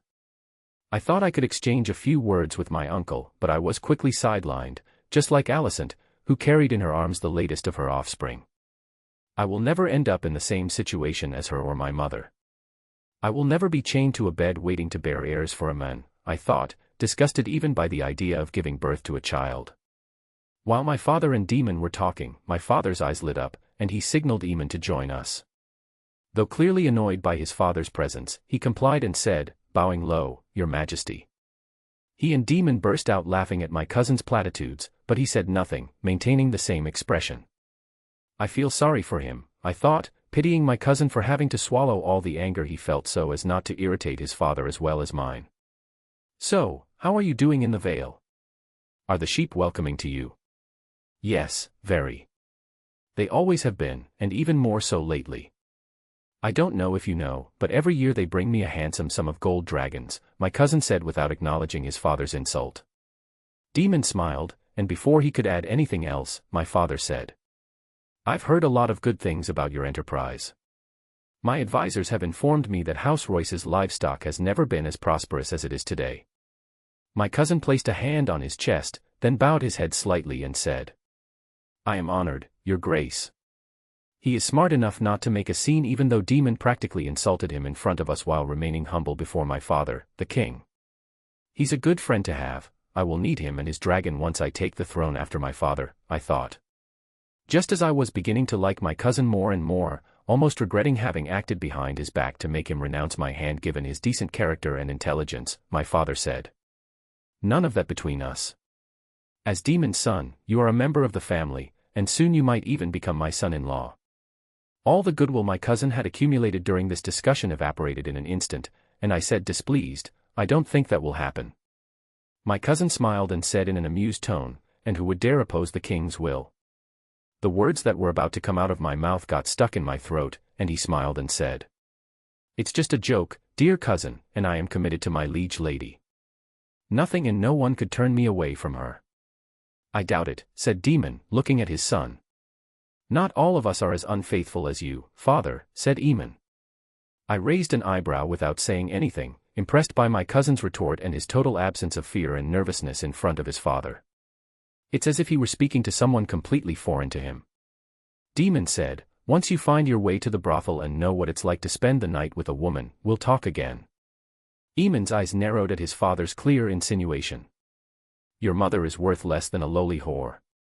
I heard that you had the honor of receiving the ancestral blade of House Royce, lamentation, said my father, trying to change the subject to prevent a dispute from erupting. My cousin turned his attention away from his father to face mine, then took the opportunity my father offered him and acted as if Uncle Daemon didn't exist for the rest of the reception. Meanwhile, I was constantly torn between executing my plan or not. Beyond offending my cousin and ruining the chances of an arrangement between us, I might offend many nobles of the kingdom, not to mention my father's anger. I took a deep breath and then thought, seeing Ser Criston wearing my favor on his arm, anyway, it's already done, I can't go back now. Chapter 16. POV MC. While I was explaining, I heard people starting to get heated, and then I saw a young knight laughing loudly for everyone to hear. How could a child like you hope to win the princess's hand in marriage? I am the heir to House Blackwood, and began the young heir of House Blackwood, one of the last houses still following the old gods in the Riverlands, where the presence of the Seven was far too prevalent for my liking, much like the current House Royce. The men wearing the emblem of House Bracken sneered and then said, the heir of a house of thieves and cowards. The princess will only marry a real man, a man capable of defeating Ser Criston Cole of the Kingsguard, the only one to have defeated Prince Daemon Targaryen not once but twice. I noticed the king tremble before turning to Criston Cole, who wore the princess's favor around his arm. Is this true? My uncle asked his daughter, who raised her head like a swan and nodded. Although the king was furious, he couldn't say anything because it was his wish that his daughter marries, and although he wanted it to be with me, given that I had refused several times, he couldn't block his daughter's hand for an illusory union.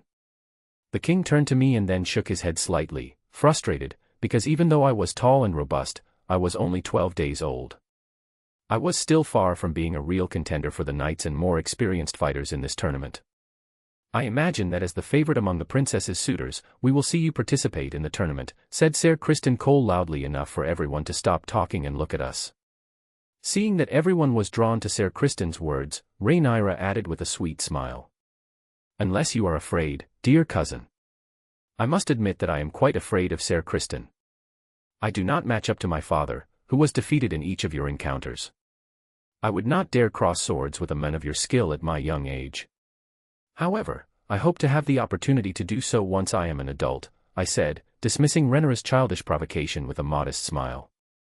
The crowd, seeing me back down before even fighting, quickly lost interest in me, but out of the corner of my eye, I could see that the king looked relieved and happy with my response. He signaled Criston Cole to leave, which he did, and then he took me by the shoulders and led me away to talk in private. I smiled and then winked at my cousin, who seemed annoyed that her little scheme had been discovered and foiled so easily. POV Daemon Targaryen. I smiled, seeing my son foil Rhaenyra's little schemes, thinking, trying to outsmart Aemon was far from the smartest idea. You shouldn't have done that, your cousin is smarter than you. He's not even a real Targaryen, he's barely half a Targaryen, said Rhaenyra. Did she really take my words seriously? I thought, feeling that she was using words I had used when I was angry about the choice that little fool had made. That doesn't make him any less of a dangerous adversary, I said before adding, if you ever want to be queen, you'd better have him in your pocket, otherwise, I can promise you that your ass will never touch the Iron Throne. She looked up at me, shocked by the words I had used, then turned and stormed off. I shrugged before sighing as I saw my bronze bitch approaching me. Damn it, what does she want? I thought, stopping a servant carrying a jug of wine. I was going to need it. Chapter 17. Hi everyone, I'm writing to you from my bed because I've caught a cold. It's just a little cold for now, which is quite annoying, but I hope it'll be gone in a few days. I hope you're all doing well, and I wanted to thank you again because we've surpassed the 500 Patreon members mark. You're the best, I don't even know what to say to thank you enough. Anyway, I'll stop bothering you. Here's the extra chapter since you quickly hit the first goal this week by reaching over 300 power stones. Ghostwriter 0002. Chapter 17. POV Viserys Targaryen. As I led Aemon away with me, I found myself at a loss for words because I knew I had humiliated him in front of the entire court, as well as his mother and his house, before the whole kingdom and his bannermen. My uncle, I understand why you accepted my father's return even considering his scandalous conditions. It is important to preserve the peace, and I do not hold it against you, said Aemon as I struggled to properly articulate my thoughts. I looked at my nephew in surprise and then said with a smile, I always forget how intelligent you are, my boy. Daemon left me no choice, but I want to tell you that you will never be stripped of your title as Prince of House Targaryen, no matter what he says. Aemon smiled and said, I have complete trust in you and your judgment, your majesty. I sighed in relief, feeling a great weight lifted from my shoulders, and then said, I have heard many things from the Vale from my small council, but I want to know something. Aemon nodded, and I asked, I would like to know if you have truly found a way to navigate in the open sea without using the stars.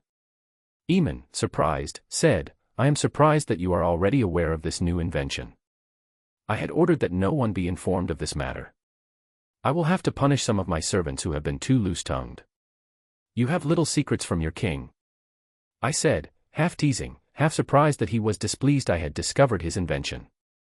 Of course not, but this could bring disaster upon me and my family. With the right ships, some voyages could be shortened by a quarter or even a third of the usual time, especially long-distance journeys, said Aemon, shocking me because this was no longer a small invention but a strategic weapon that, in the right hands, could ruin the economy of some magisters or even an entire city.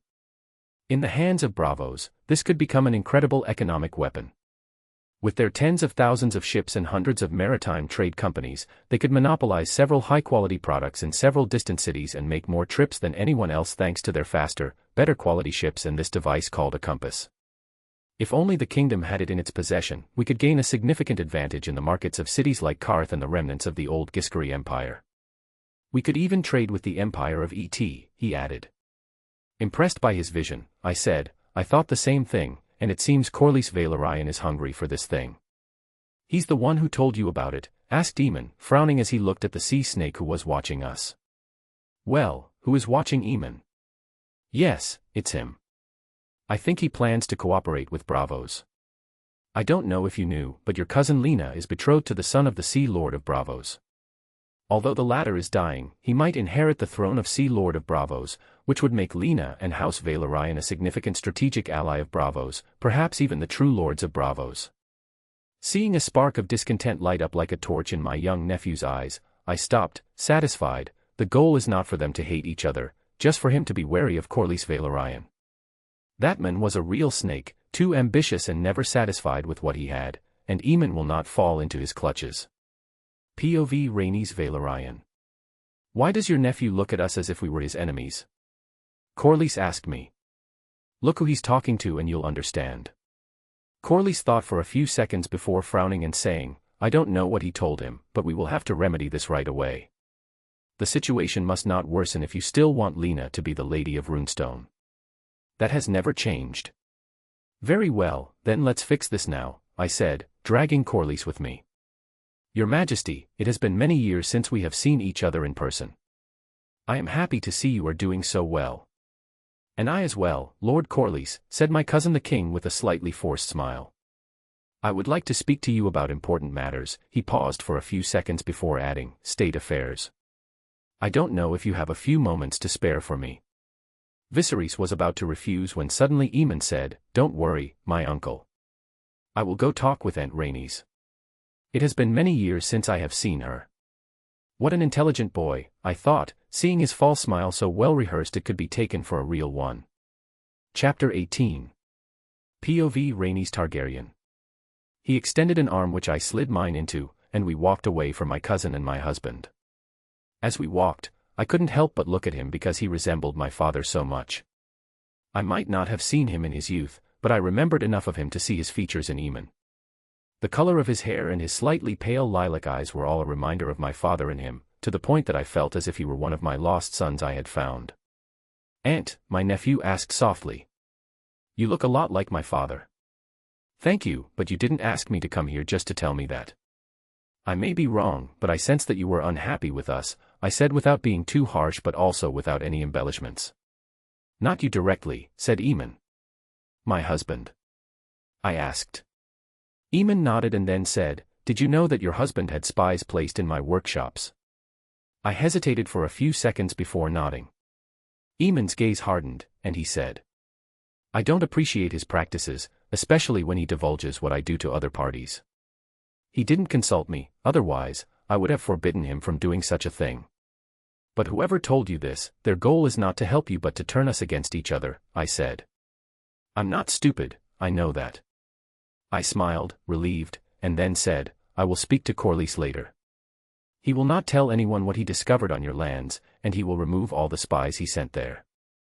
Aemon nodded, and then I said, "Now, I heard that you will be getting married soon, next year if I understand correctly."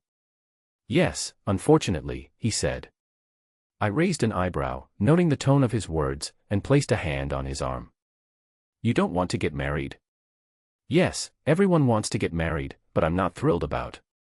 "I shouldn't say such things." "Don't worry, your words are well kept, no one will hear what we discuss," I said. "My fiancé and I don't have the same tastes," said Aemon. "Oh," I said, understanding. "It's not a big deal. You just need to put an air in her. Think that you are with the one you love and close your eyes, it won't last long." POVMC. I looked at my aunt with wide eyes and then said, "I have no problem with women, aunt, it's the opposite."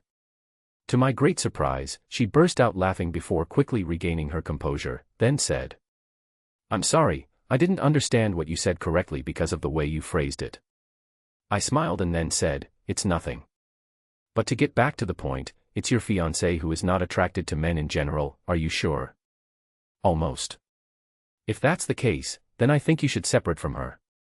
"I'd like to, but I can't. I am the Lord of House Royce. Not to mention the honor of my house, if I do that, I could trigger unrest in the Vale. Lady Jane might feel offended nonetheless and might even try to take revenge by stripping me of my title and lands. Unless you marry a woman of high birth who could mitigate the problem." I rolled my eyes and then said, "I would have liked that, it's the reason for my visit to the capital. But as you may have noticed earlier, Rhaenyra is not at all enthusiastic about an engagement between us." Rhaenys pretended to think for a few moments, then she said, "Unless." "Unless what?" I asked quickly. Rhaenys hesitated for a few moments before finally shaking her head, and she said, "It wouldn't work. Aunt, if you have a way to help me avoid a life of humiliation, I beg you to help me." "It could prove dangerous," said my aunt. "I remind you that I have a dragon," I said, confident. Corlys betrothed Lena to a young heir of Bravos. His father is the current Sea Lord but won't remain so for long. And since the position of Sea Lord is not hereditary, he risks losing it, I concluded for her. Corlys thought he was making a good deal at the time, but once I met him, I immediately saw what a waste he was. If you marry my daughter in his place, even the king could say nothing. You would have the power of 2 dragons, and among the 2 is Vhagar, the largest living dragon besides the unclaimed cannibal. And I imagine that if things were to go wrong, you and House Velaryon as a whole would be there to support us." My Aunt Rhaenys nodded, and then I said, letting out a long sigh, "It's a very good idea, but it could displease the king. Uncle Viserys has always been good to me, I can't do such a thing." "I understand." "Ah, speaking of the devil, let me introduce you to my daughter," she said, calling over a beautiful young woman, the most beautiful I had seen so far, even more beautiful than Rhaenyra, who had clearly inherited the Valyrian beauty trait. Caught in my own trap, I thought as I watched my future wife approach. Chapter 19. POV Daemon Targaryen. "So, how are you?" Rhea asked me. "Very well, I have a real son," I said. Yes, he surely has a lot of you in him, said Rhea, looking at my son without any malice, which I couldn't help but find surprising. You seem surprised, you think I would hate him because he is the son you had with a Lycene prostitute, added Rhea without a hint of venom in saying the word prostitute. I would have thought you'd be more affected by the news of your repudiation. I am, the looks, the gossip, it will really bother me, but it's the price for the magnificent gift you gave me. You freed me, and I can never thank you enough for that. She's openly mocking me. POV Rhea Royce. What, does it bother you to see that I'm relieved to no longer be your bronze bitch? You will always be my bronze bitch, the proof, he said, looking at Aemon who was no longer with King Viserys but talking with Rhaenys. So, she finally started, I thought, hoping that Rhaenys could seize this opportunity to match her daughter with my son. She would have been so happy, I thought, remembering the good Queen Alicent who had left us a decade ago. I read all the letters you exchanged, and I must say I'm really surprised that you disregard the advice of your son, the only son who could have made you a king, I said before slipping away with a smile to join my son, leaving Daemon with his wine to brood. What is happening here? I asked upon arriving and seeing that Lena had joined them. I was just introducing Lena to your son. How are you, Lena? Do you remember me? Of course, Lady Rhea, I could never forget the kindness you showed us when the rest of our... Lena didn't continue, but we all understood what she meant. Aemon lowered his head, being one of the biggest assets of Viserys' camp, he felt responsible even though he couldn't have done anything, he was only 2 years old. Lena slipped an arm around my son's, forcibly separating him from his mother, then she said, I'd like to speak with you alone, dear cousin. Aemon silently asked our permission, and after a quick glance between us, we both nodded, and they walked away to talk.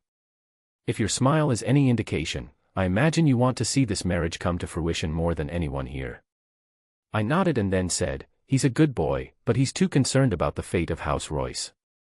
Rhaenys smiled slightly and then said, he almost fooled me on that point, but I can assure you that your son is not what he shows to everyone, at least regarding the question of marriage.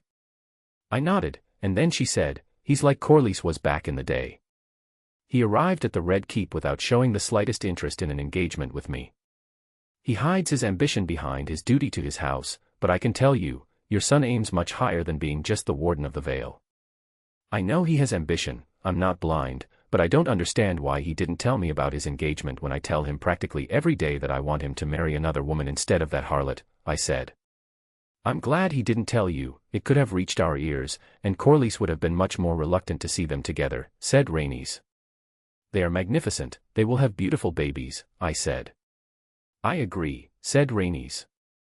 To the union of our two houses, as the good queen wished, I said softly, raising my cup. Chapter 19. POV Daemon Targaryen. So, how are you? Rhea asked me. Very well, I have a real son, I said. Yes, he surely has a lot of you in him, said Rhea, looking at my son without any malice, which I couldn't help but find surprising.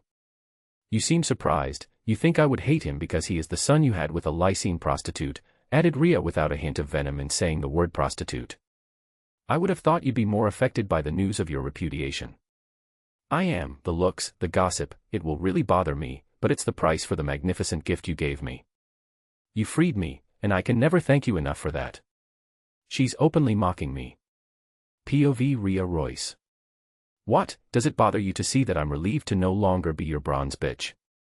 You will always be my bronze bitch, the proof, he said, looking at Aemon who was no longer with King Viserys but talking with Rhaenys. So, she finally started, I thought, hoping that Rhaenys could seize this opportunity to match her daughter with my son. She would have been so happy, I thought, remembering the good Queen Alicent who had left us a decade ago. I read all the letters you exchanged, and I must say I'm really surprised that you disregard the advice of your son, the only son who could have made you a king, I said before slipping away with a smile to join my son, leaving Daemon with his wine to brood. What is happening here? I asked upon arriving and seeing that Lena had joined them.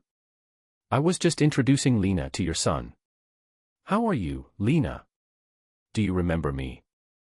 Of course, Lady Rhea, I could never forget the kindness you showed us when the rest of our... Lena didn't continue, but we all understood what she meant. Aemon lowered his head, being one of the biggest assets of Viserys' camp, he felt responsible even though he couldn't have done anything, he was only 2 years old. Lena slipped an arm around my son's, forcibly separating him from his mother, then she said, "I'd like to speak with you alone, dear cousin." Aemon silently asked our permission, and after a quick glance between us, we both nodded, and they walked away to talk. "If your smile is any indication, I imagine you want to see this marriage come to fruition more than anyone here." I nodded and then said, "He's a good boy, but he's too concerned about the fate of House Royce." Rainey smiled slightly and then said, "He almost fooled me on that point, but I can assure you that your son is not what he shows to everyone, at least regarding the question of marriage." I nodded, and then she said, "He's like Corlys was back in the day. He arrived at the Red Keep without showing the slightest interest in an engagement with me. He hides his ambition behind his duty to his house, but I can tell you, your son aims much higher than being just the warden of the Vale. I know he has ambition, I'm not blind, but I don't understand why he didn't tell me about his engagement when I tell him practically every day that I want him to marry another woman instead of that harlot," I said. "I'm glad he didn't tell you, it could have reached our ears, and Corlys would have been much more reluctant to see them together," said Rhaenys. "They are magnificent, they will have beautiful babies," I said. "I agree," said Rhaenys. "To the union of our two houses, as the good queen wished," I said softly, raising my cup. Chapter 20. "My mother likes you a lot, she often speaks well of you, dear cousin," said Lena, plunging her violet eyes into mine. "It's the same for mine," I said. Lena smiled and said, "It seems she would very much like to see us together. Is that something you would like?" "I don't know, maybe. You are a dragon lord, a prince, you have beautiful lands, and you are not an old, repulsive man, so I guess I could hardly do better." I nodded, and then she returned the question, "And you? Would you like to be engaged to me? May the Seven be my witness, I would like nothing more than to have you by my side, but unfortunately," I said, leaving the rest of my sentence in suspense and letting out a deep, helpless sigh. "You are already engaged to Lady Jane, who is just arriving," she said. I turned my head to see Jane Eyre approaching us with her friend and lady-in-waiting Jessamine Redford, both escorted by the knight Hubert Redford, a minor cousin of the current lord of House Redford who was very talented with a sword and had risen to the position of Jessamine Redford's sworn shield. "Aemon, my dear, I have been waiting for you for a long time and you haven't even come to speak with your fiancé." Unlike usual, I took a cold tone this time and said, "It is a great honor to see you again, madam, and especially in the company of your good friend." The smile on my liege lady's face did not falter, although I could see her friend's eyes narrow and Hubert's hand move to the hilt of his sword. I truly hesitated to summon Urex to burn these 3 pieces of filth in dragon fire, but I quickly recovered and said, "If you'll excuse me, I would like to continue my conversation with my cousin. Just before, I'd like to announce that the postponed engagement ceremony will take place at the end of the tournament, so that everyone can see that we are united and that the Vale has nothing to fear from House Targaryen," said the young woman. "A fine way to corner me, surely if I refuse, she will spread rumors about me seeking her throne by force and with my uncle's support, which would put him in a position where he would have no choice but to disown me and side with this whore." I smiled without enthusiasm and then said, "Don't worry, I will honor the commitment my father made on my behalf." She nodded, and I took the opportunity to slip away with Lena. "Why do you let her speak to you like that? She thinks she's superior to you. She's afraid I might try to usurp her position. House Arryn has suppressed the rights, ancient traditions, and cults of the houses under its dominion. She has turned the Vale into a domain where honor and chivalry prevail over practically everything. The fact of seeing a Targaryen leading House Royce, and moreover, a Targaryen with a good head on his shoulders, properly guiding his house while having an adult dragon capable of erasing the very memory of their house from history, this simple fact is enough to terrify her. But having a Targaryen in her bed scares her less because she's a woman, and marrying you would greatly strengthen her position," said Lena. I nodded and then said, "The late mother of Princess Rhaenyra was an Arryn, and I do not want to deal with my uncle or my cousin." "What are you afraid of?" "Nothing, but I don't want to create unnecessary problems for the moment," I said. "You're playing a long game, you wait and gather your strength to strike at the right moment. I find that clever," said Lena suddenly. Taken by surprise, I inspected her more closely this time before saying, "You are very intelligent, it's rare to see a girl so well educated. I am a dragon rider and a Valyrian. I descend from a noble Valyrian lineage and the most powerful house in the kingdom besides House Targaryen," she said proudly, with a slight hint of arrogance. I see fewer and fewer reasons not to run to your father to ask for your hand. She smiled and then said boldly. Who knows, maybe I will be the one to ask for yours. I'd like to see that, I said, not taking her seriously. Don't tempt me, she said before leading me further away, where we continued to talk and laugh, all under the watchful eyes of two hawks extremely pleased to see us so close. Chapter 21. 3 RD POV. The small reception to welcome Prince Daemon and his two sons finally ended a little before noon. Everyone moved to the arena where the tournament would take place and took their seats. The noblest sat with the royal family, while Prince Aemon Targaryen sat with his mother, the members of his house, and the vassals of House Royce. Although the king did not seem pleased with this, he could do nothing since he had just dismissed Prince Aemon's mother in front of the entire court, meaning she no longer had her place beside the royal family. Contrary to the rest of her family, Lena Velaryon, to everyone's great surprise, chose to sit beside Prince Aemon, which did not fail to cause gossip among all present. Everyone wondered what was going on between them, and judging by the satisfied smile of Lord Corlys Velaryon and his wife, a union between the two would not displease them. And why would the union between the rider of Vhagar, the largest known dragon to date, and the rider of Uryx, a dragon with phenomenal growth potential expected to become the largest dragon in Westeros in 10 years, displease the Lord and Lady of Driftmark? With the recent political maneuvers of King Viserys and Princess heir Rhaenyra, they had alienated, of their own accord, the Lord of House Royce, which in the event of armed conflict could allow them to completely crush House Targaryen with 4 dragons on the Velaryon side against 2 on the Targaryen side, instead of 3 against 2. Once everyone was settled, the king stood up and said, "It is with immense joy that I wish to celebrate with all of you, people and nobles of the 7 kingdoms, the 5th anniversary of my fruitful marriage to Queen Alicent, who has given me 3 magnificent children." Everyone warmly applauded their king, then he gave the signal for the tournament to begin. -1 hour later. POV MC. You don't seem to be enjoying yourself, Lena whispered in my ear, as one of the archers stepped forward to shoot an arrow. How could I enjoy myself when I could be fortifying my positions in the Vale, finding new economic resources, and continuing to increase the profitability of my businesses? I thought. In the Vale, I am always busy with something, doing nothing makes me tense. Lena smiled and then said, "This is only the archery contest. If you wish, I think we could do something much more interesting." I raised my eyebrows, ready to hear a proposal, then she suddenly stood up and headed for the exit, signaling for me to follow her. I turned my head towards my mother, who gave me a small smile, then I followed Lena, who was waiting for me. She intertwined our arms and then said, "Let's take a ride on our dragons. It's much more fun than sitting around doing nothing while these incompetents strut in this arena as if it were a barnyard." I smiled and then said, "You are really full of surprises, my lady. And you haven't seen half of what I can do," she said before leading me towards the stables. -10 minutes later. POV Viserys Targaryen. Dragon Roar. Dragon Roar. As I watched an archer named Artos, or Arston, or maybe Arthur, try to aim at a target placed a few dozen meters away, 2 distinct dragon roars sounded a few seconds apart, prompting me to look towards the skies to see Vhagar and Uryx flying out of the capital. I frowned, unhappy to see this happen, because I knew that Aemon's arrival at King's Landing was far from trivial. He came here to find a wife and I wanted it to be Rhaenyra. That fool certainly ruined most of my efforts by trying to insult Aemon and provoking him in front of everyone present at the reception earlier today, I thought, looking at my daughter who was doing her best to ignore the piercing gaze she surely felt. "Your Majesty, you should punish Prince Aemon for this disrespect to the crown on the day of your wedding anniversary," said the aging Lord of House Hightower, brother of the former Hand of the King, who had come to King's Landing especially for the event and was unhappy to see the attention diverted from his niece and grandnephews.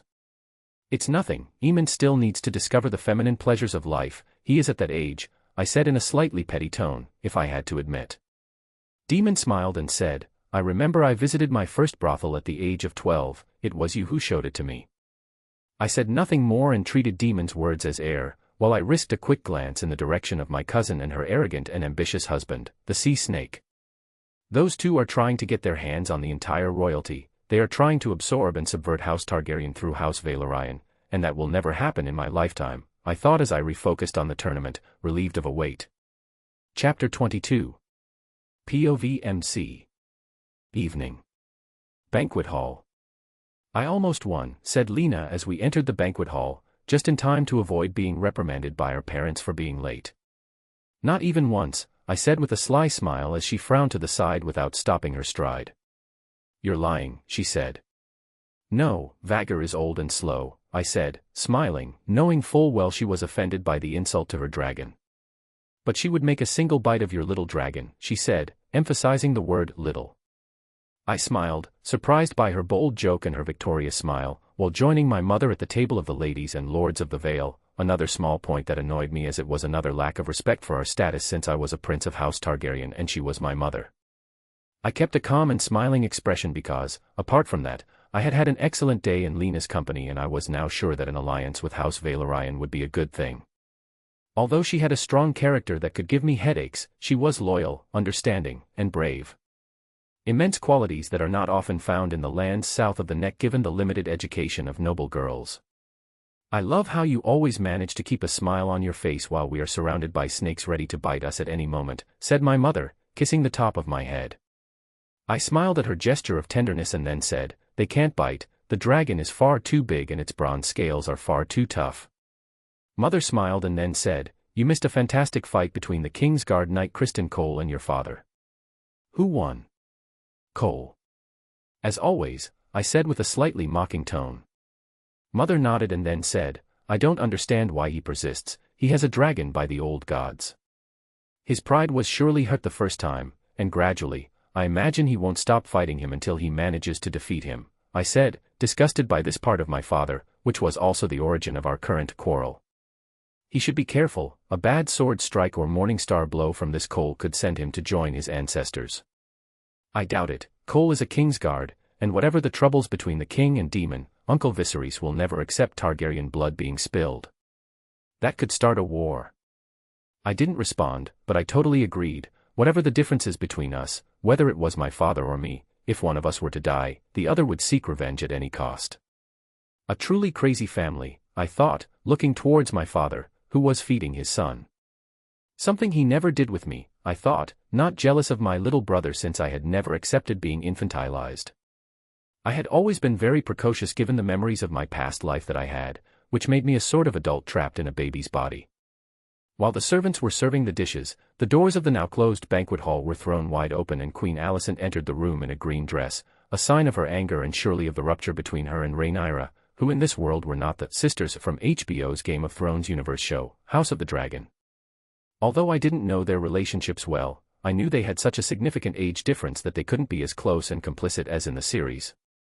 They had a good relationship with each other, but Alicent, being totally loyal to her ambitious father, had surely tried to manipulate the little princess before throwing herself at her grieving father when the young princess was only 7 days old. Something that deeply disgusted me whether in the series or even now, I thought, watching the young queen of 23 days moving in the room as if she were truly of dragon blood. One thing that had greatly changed from my previous self was that I felt a pride that came from my bond with Uryx. I was certain of it because every time I saw people with not a drop of dragon blood trying to act haughty and arrogant in front of me, a sort of repulsion mixed with a certain disdain for my guts manifested.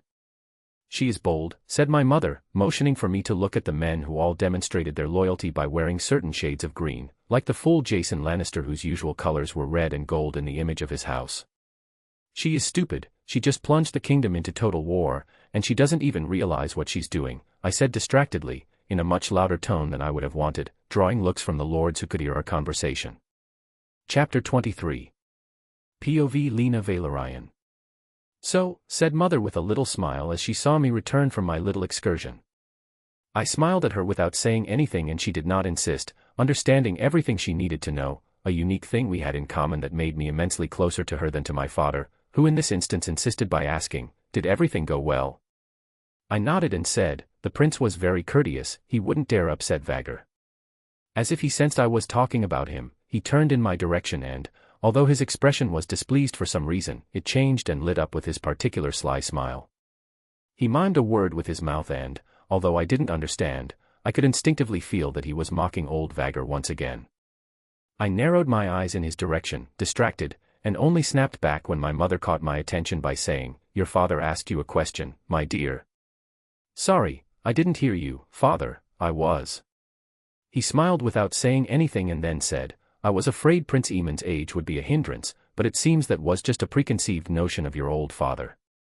What are you talking about, father? You are still in the prime of life, I said, smiling at my father, whose smile froze as he turned towards me. Confused, I turned around, realizing he was not looking at me but at someone behind me. I saw that Prince Daemon was looking at me intently. Don't get your hopes up, he's trying to annoy your son. He compared you to a whore in front of the king, and they both smiled together in front of all the greatest nobles of the realm, said mother in a warning tone. I know, I have no illusions. I wanted to marry a dragon rider, not a thug, I said, pointing to his bastard. His, as if he only had one, I thought, knowing like everyone the scandalous reputation of Daemon Targaryen in the capital. In 10 years in the capital, he may have visited the brothels more than 100, even more than 1,000 times. He surely has some hidden bastard somewhere. POVMC. You pay too much attention to that girl, look around you, many are watching you, said mother, seeing that I was looking for Lena. I smiled and then stopped looking in her direction and turned to my cousin who was 2 seats across from me and said, Cousin William, it has been some time since we last saw each other. Did the journey here go well? The boy of 8 days, name said, everything went well. Uncle Gerald helped me settle comfortably and introduced me to Lady Jane. I smiled and then said, was she kind to you? Yes, very kind. That's good, I said, looking away from my cousin to look at Gerald, William's father's brother and my mother's cousin, who was not looking at me, although he had heard everything. Gerald Royce was fiercely loyal to our house, but he did not consider me a Royce, which made him dangerous. I know he will obey me if I give him an order, and that only out of respect for my late grandfather and my mother, but he is preparing William to take over Runestone one day in the name of the Royces, and that is unacceptable. I won't let this stubborn old man mess things up, either he sides with me, or... I felt my mother's hand on mine and she gave me a nod. I took a small breath and then looked away from Gerald to focus on Gunther, who was a little further from us, deep in conversation with Arnold Arryn. Those two earned their knight titles last year and successfully joined the forces of House Royce. They fought bravely against the Mountain Clan several times, but what interested me was not their proximity, but their respective potential. I was well aware that I could end up losing the title of Lord of House Royce one day, especially if my mother were to die before me, and those two were my plan to ensure total loyalty from the Vale in its entirety. My backup plan, so to speak. I would train Gunther to be the puppet head of House Royce and Arnold to take Jane Arryn's place. With the support of a dragon, and maybe even 2 in the future, even if the king can take Runestone from me, I would cause legitimate trouble by supporting those 2 to take the positions of Warden of the Vale and Lord of Bronze. Gunther met my gaze and raised his cup, and I did the same, as did Arnold, who noticed our little game. Jane, noticing this, stopped smiling while talking with her lady-in-waiting, and I smiled in her direction. I wonder what her choice will be once I break with her, endure the humiliation while trying to maintain maximum control in the Vale, or use her family ties with Rhaenyra to force me to leave the Vale and become a lord without lands, given the broken pact between us. Chapter 24. 18th day of the 6th moon of the year 111 AC. POV 3 RD. Throughout the week, all the nobles present took advantage of the festivities to get closer to the young dragon riders, who seemed more impressionable than the formidable rogue prince, rider of Caraxes. Those who thought they could exploit the fractures between the royal family and House Valerian to whisper poison into their young ears were quickly put in their place. It was now clear that Rhaenyra Targaryen's future partner would not be Aemon Targaryen, but the handsome heir Laenor Valerian.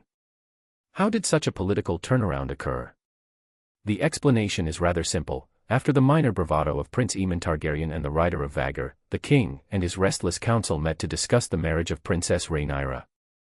When the hand of the king, Lionel Strong, voiced his opinion in favor of the betrothal between Princess Rhaenyra and Laenor Valerian, Corlys Valerian, having regained his position as master of ships, opposed it, stating that he intended to marry Laenor to the daughter of the current Sea Lord of Braavos. The king, struck by this statement, realized he had no choice. This indicated that the betrothal between Lena and Aemon was finalized. If he did not act quickly, House Valerian would become the most powerful house in the realm and could even challenge the decision of his predecessor and the Great Council of 101, thanks to their 4 adult dragons capable of fighting. The king was not foolish enough to believe that after the humiliation suffered by Prince Aemon and the way his mother had been repudiated, these offenses would be forgotten in his nephew's mind. Without delay, he began negotiations with the Sea Snake to unite his heir with the Sea Snake's heir. Thus, on the last day of the tournament, in front of everyone, the betrothal between Laenor and Rhaenyra Targaryen was publicly announced. POV MC. So, I heard that your family finally got what they desired so much, I said, looking at Lena, who was walking beside me in the royal gardens. Father is very happy, and Mother wanted to thank you for the role you played. She is not blind, in fact, none of us are. I smiled and then said, and you, how do you plan to thank me for ensuring your brother becomes our next king? Lena smiled and then said, I don't know yet, maybe I will visit you once in the Vale. Only one visit? I asked, feigning shock, before adding, wouldn't it be cruel to leave your future husband in such solitude? She smiled and then said, I don't have a fiancé yet but. I asked. If a handsome dragon rider proposed and my father consented, I don't see why I would oppose it. I would hate to know he was forced to talk to his sheep for a bit of company, she said with a teasing smile before wrapping her arm around mine. We continued to discuss entirely trivial subjects afterward, but I knew now, thanks to Lena's not-so-subtle hints, that it was time for me to start advancing my own pieces. Otherwise, I would really end up having to honor the pact between my father and my grandfather. POV Gunther Royce. So, when is it? Arnold asked, glaring at the bitch who was looking at us haughtily. I shrugged and then said, we are not important enough yet. What are you talking about? We are knights, and I am now of age.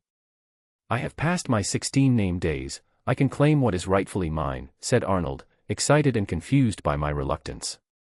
The Lady of the Eyrie is Jane Eyre, I said, my hand still resting on my sword, looking into the distance. Arnold began to get angry and said, that's nonsense, she's a woman, she can't rule in my place over House Eyre. She can and she already does, I said, still indifferent, keeping my cool, a quality I had learned in the service of my nephew, Prince Aemon Targaryen. I don't understand, you agreed with me, said Arnold, confused. I took a deep breath and then said. I did and I still do, but don't deceive yourself, she hasn't usurped your position. It's your nephew who made you think this way, said Arnold, clenching his teeth in frustration. I won't deny that Prince Aemon opened my eyes to your situation, and I'm trying to do the same for you.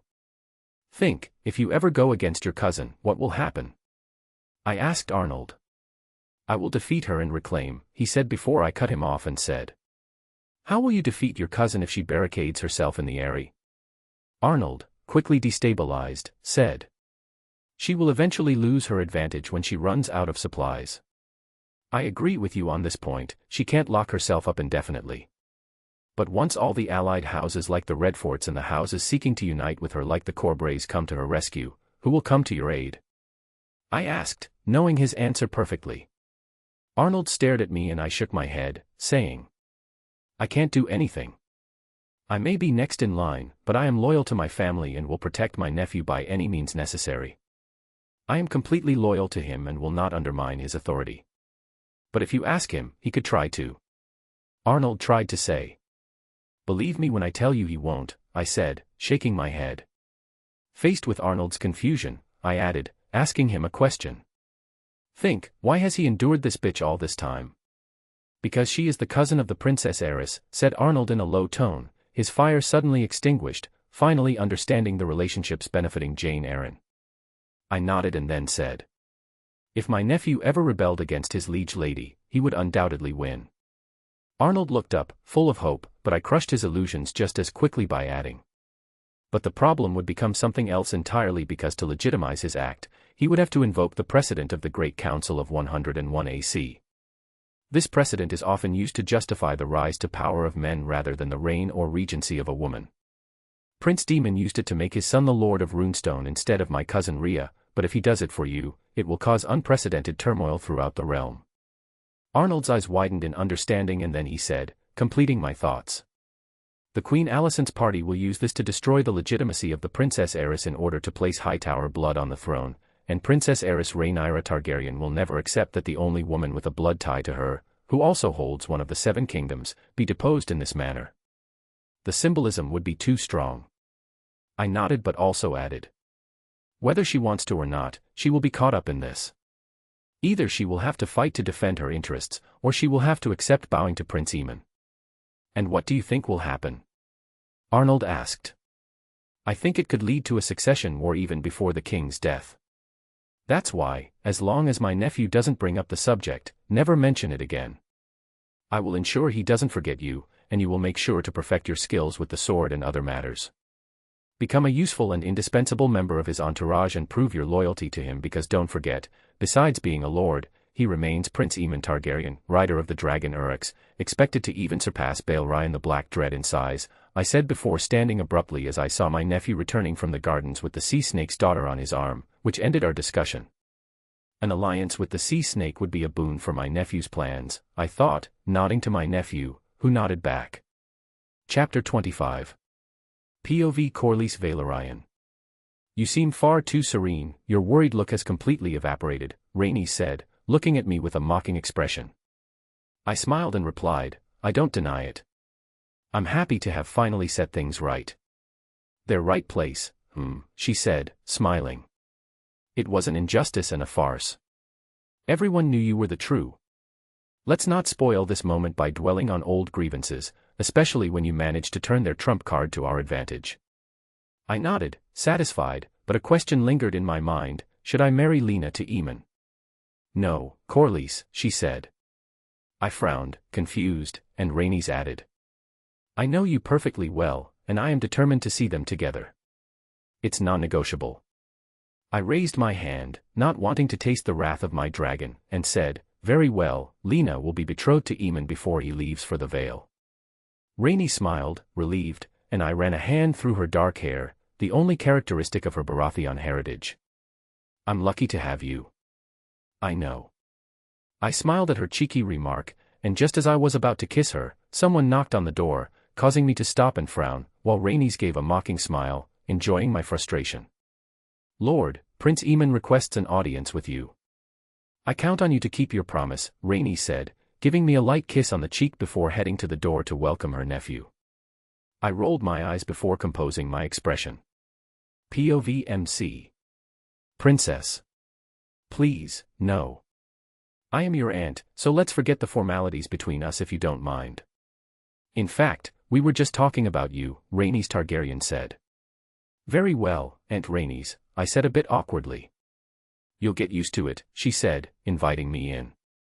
Lord Corlys, I said, seeing the men who, despite being tanned from his adventures across the known world, bore no resemblance to the HBO series actor, Steve Toussaint. He had a noble and graceful posture and total control over his facial expression. Upon seeing me, he nodded and said, Lord Royce. I smiled without reacting to him addressing me by my least prestigious title, but Rhaenys intervened and said, don't scare Aemon, he's my nephew and perhaps even more in the future. I raised my eyebrows, surprised, as I hadn't expected it to be this easy, knowing the slight hostility the sea snake had towards me. I took a deep breath and followed Rhaenys, who guided me to a seat. Once I sat down, she did the same, sitting with her husband opposite me. I hesitated for a moment before finally saying, I wanted to talk to you about something before we all return to our lands, and I don't know how to bring it up, so forgive me if I seem rough in my words. They both nodded calmly, so I said, I understood that you wouldn't be opposed to an alliance between us. As a prince of House Targaryen and Lord of Runestone, I know my duty. That's why I hope to prosper the two houses I represent by asking for your daughter's hand. For that sole reason. I must admit that, although it is my main reason, I have been pleasantly surprised by her personality, intelligence, and beauty, which she surely inherits from you, Aunt Rhaenys. She smiled at my compliment without saying anything, and Corlys followed up with another question. A marriage with House Valerian is certainly prestigious for House Royce, of which you are the head, but what advantage would House Valerian gain from such a union? There would be numerous advantages for you. First, all my children will be Targaryens, which means each of them could be given the chance to claim a dragon once they are of age. Secondly, we could seal an agreement on the excellent quality wool available on my lands. And lastly, you will have the support of the most powerful dragon in the making, I said confidently. I have nothing to say against the first 2 points, although the second is trivial compared to the immense fortune my house enjoys thanks to the many exploits I achieved in my youth, but I find you quite presumptuous about the future size of your dragon, Corlys said, addressing me with a slightly condescending tone. 12 years old, nearly 140 feet, and Uryx grows faster with each passing day. There's nothing more to add, I said, this time in a firmer and sharper tone. I had to establish my position, otherwise, I would be trampled sooner or later under the pretext of being his son-in-law. I am in no way his puppet, not a small pawn on his chessboard that he moves at will. I was a player in this great game that is the Game of Thrones, and I would not humiliate myself to please him. Though I should not disrespect a man as powerful as he, who, while not a dragon lord, currently controls 3, I thought, staring fearlessly at the most powerful lord in the realm. Chapter 26. Facing Prince Aemon, rider of Urex and not Lord of Runestone, was very different. As Lord of Runestone, he exuded something unique, a peaceful, pacific, and amiable temperament, far from the current dragon rider brimming with confidence and arrogance before the most powerful lord in the realm. Some might even say that I am the most powerful man, even above our king, his Grace Viserys Targaryen, first of his name, King of the Undulls, the Roiner, and the first man. Certainly the only thing he inherited from Daemon besides his blood, I thought, disdainfully recalling the dog without pride that Daemon was, who preferred to wag his tail before his brother rather than keep his crown and exploit it properly. For I have a wife and 2 magnificent children who have proven to be blessings from the gods, whoever they are, and protective talismans like no other, I thought, allowing a smile to appear on my stoic face. I inclined my head slightly in recognition and said, "I apologize if I have shown you any disrespect, my prince. There is nothing to forgive. Whatever my name and the vague title it bestows upon my birth, the respect I receive will come from my actions, and it so happens that I am quite young and inexperienced." I nodded, surprised by his magnanimity despite all the power he had wielded since birth, and said, "I judged you too quickly, but it seems that even if the scales of your armor are made of bronze, I am indeed facing a dragon. I must admit that I am in the same position as you. Never would I have thought that a man such as yourself, so powerful and respected, would be capable of admitting a mistake so easily and even less of showing such humility by bowing his head and asking for forgiveness," said the young prince, who already looked like a young adult. Never would I have believed, without knowing him, that he is only 12 years old. He looks 16 or even 17, I thought, extending my hand to the young man who quickly shook it, the atmosphere now relaxed enough for us to speak more calmly about my daughter's hand. "I am pleased to see that we have all been able to move past our common prejudices to become the family we are meant to be," said my wife, linking her arm with mine. Prince Aemon nodded and said, "I never had the chance to tell you in person, but I want to say that I am sorry for having inadvertently participated in your deposition. I wasn't. It was theft, and everyone knows it. I'm not saying this because I am dissatisfied with my uncle or my position, or to flatter you, but because I believe it. You would have surely made an excellent queen, perhaps that's why they didn't choose you. You would have been too good for this kingdom where interests outweigh family ties," said the prince, and I don't know why, but I instinctively knew he was telling the truth. His gaze and his calm, unshakable tone convinced me of this. Rhaenys smiled, and I, who knew her well, could detect her true mood. She was happy and even slightly moved. She has always considered him as a member of our family because of the promise she made to the late Queen Alysanne. I feared that the old queen had idealized her grandson by transferring all the love she felt for her son Aemon onto her great-grandson, but it seems that this is not the case and that she had a unique vision capable of piercing the barriers of time. Given the right time, the kingdom will witness the birth of a miracle.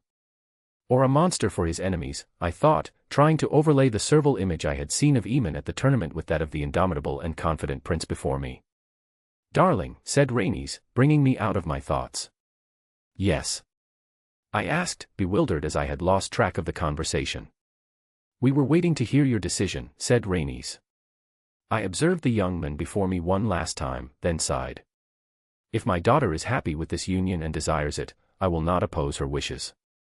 The smile of relief that spread across his face was genuine, but I couldn't help but feel a small pang deep inside as I handed my daughter over to a man like him. A man like me, capable of selling his own children to climb the ladder of power, I thought. Chapter 27. POV Viserys Targaryen. "Have you heard the news?" Daemon asked me, sitting across from me and not glancing at his plate despite having requested to dine with me. "What news?" "The engagement of my bastard." "Which one?" I asked, annoyed, as Daemon's little schemes had cost me an alliance that could have secured Rhaenyra's reign, only to hand it over to that arrogant and ambitious sea snake. He won't be satisfied until he sees his son wearing my crown, I thought. Daemon squinted before clarifying. "Aemon has managed to secure the hand of Lena Velaryon." And I said, not playing his game, as I knew exactly where he was going with this. Daemon shook his head and said, do you think that boy is loyal to you? Loyal enough to know his place, a quality not everyone possesses, I replied. You think he will obey you? Daemon said, raising an eyebrow in surprise. I am his king, I said. Daemon rolled his eyes and then said, you all underestimate him far too much. You see him as a child, but he is not. He is a monster of intelligence, no child thinks like that. He has predicted events I could never have imagined. You really think I'm the one who devised the plan to conquer those damned islands? Trapping and starving the pirates, then burning them in the caves to watch them die by fire or smoke. You know me better than that. You know I would have preferred a good battle, he said, putting his feet on the table. I sighed in exasperation at his insolence and stopped eating, focusing solely on his words. I could discern the truth behind Daemon's words, but something was eluding me. If Aemon was so useful, why was he making him an enemy? Why do you persist in opposing your son in that case? He seems like a very good asset to me, I said. He too often forgets his place and too often sides with his mother. They have a special relationship that makes him generally deaf to my warnings and directives. I smiled, immediately understanding the problem, and said, you tried to control Runestone through him and failed. I didn't fail. That mama's boy decided to name my bronze bitch as regent and heir back then, even though I had ordered him not to. I shook my head and said, you have many qualities that I lack, Daemon, but patience and magnanimity are qualities you are totally devoid of. Daemon rolled his eyes and I asked, what is the true identity of your bastard's mother? Daemon frowned and I said, Mysaria could never have been his mother. I've seen her, she has pronounced Valyrian features. Your child has black streaks in his silver hair, although he inherited our eyes. Mysaria is Baelin's mother, Daemon said defensively but kept a relatively calm tone. Liar. Very well, I said with a smile, wiping my mouth and standing up. It's not that I don't enjoy our little discussions, but I have urgent matters that require my attention. We will see each other tomorrow, I said before leaving. Daemon, thinking you would turn against your best son over a matter of pride, I thought, savoring this victory. Since I had lost Baelin and Daemon had mocked me for it, a growing anger had been festering inside me once I learned he had the audacity to name his bastard after my stillborn son. But seeing that he had also lost a son, I couldn't help but pity him. And some think he could one day take the throne from me, I said to myself with a smirk. Chapter 28. POV Daemon Targaryen. For a few days, I hesitated to go see my eldest son, but seeing that we hadn't had a real discussion and that the little bastard was about to leave, I felt obligated to go see him. Even if it's just to have a fight, I thought. I found him in the courtyard of the Red Keep, giving his final instructions to the knights who had come to take care of his protection in the capital. So this is where you've been hiding? I asked, coming up behind him. He stood up and said, I'm not hiding anywhere. If you wanted to talk to me, you only had to send a servant, and I would have rushed to answer your call, my prince. My prince, you must be really pissed off that I replaced you, I said. I don't feel replaced, and if you think you've managed to do that, you're even more foolish than I thought, he said. You know I won't get angry because you insulted me, I said, laughing. That's why I did it, he said, continuing to look at me nonchalantly. So, how are you dealing with the matter concerning your mother? I said. He shrugged and said. There's nothing to say. She's happy not to be chained to you anymore, and I'm happy to be freed from the burden of being the heir of Daemon Targaryen. The rest doesn't interest me. So, there's no problem between us? I asked. None, he said without hesitation. Very well. I expect you to send me letters as soon as you return to that land of goat lovers. Aemon nodded before mounting his horse and heading towards Dragonpit. POV MC. I heard you had a clash with your father, said my mother, who was already waiting for me at Dragonpit. I shrugged and then said, you know perfectly well that I did nothing. I know how to control myself. I know, but inwardly, how did you take that conversation? There's nothing to say, nothing at all. He hopes I'll swallow the humiliation because he was supposedly hurt and betrayed, but it only highlights his ignorance and foolishness, I said before heading towards Uryx. Even if I hate him, he is still your father and a dragon rider. Don't go too far, she said as I climbed onto Uryx's saddle and settled in properly. Don't worry, I know perfectly well, I said, helping her onto Uryx's saddle behind me. I didn't want to continue discussing my father because, to him, I was just one of his pawns he could move on his chessboard as he pleased. But all this nonsense is over. The more time passes, the more ridiculous this all becomes, and the stronger I become. Soon, I won't have to bow down anymore, and I'll show my claws, I thought. -3 years later. Winterfell. POV Rickon Stark. Dragon Roar. At the age of 32, it was the very first time in my life that I had seen a dragon so large, powerful, and agile. I hadn't had the chance to see Balerion the Black Dread, but I had already seen Vhagar, a dragon said to be as large as the Black Dread at the height of his power. Which I doubt, as Vhagar was about 280 feet long the last time I had the chance to see her, I thought. Certainly, the dragon I was seeing didn't look as large and imposing, but he possessed an agility and grace that shouldn't have been possible for a beast as big as he was. More than 200 feet long, I thought as I watched the immense beast flying rapidly in circles above Wintertown and Winterfell. After a few laps, the dragon finally landed just outside the gates of Winterfell, a sign that it was a tamed dragon commanded by a Targaryen, as I had managed to distinguish the shape of a dragon rider on his back. I had never seen this dragon, but from the rumors, I guessed that the one who had just landed was probably Prince Aemon, also known as the Lord of Runestone. A very young dragon rider of barely 15 years, who was just crossing the threshold into adulthood. Let everyone be ready to welcome Prince Aemon Targaryen, I said, preparing to go directly to meet the young man. POV MC. 3 years had passed since I had dealt with the court's scheming, and even though I had done my best to distance myself from it permanently, it was time for me to get back to it, and without stepping on the toes of the greatest lords of Westeros who would either complain to Rhaenyra or to Alicent Hightower. Ignoring all my uncle's requests didn't mean I didn't respond to him or keep myself informed of all his troubles, as my intervention had greatly disrupted the timeline and the political dynamics of the kingdom.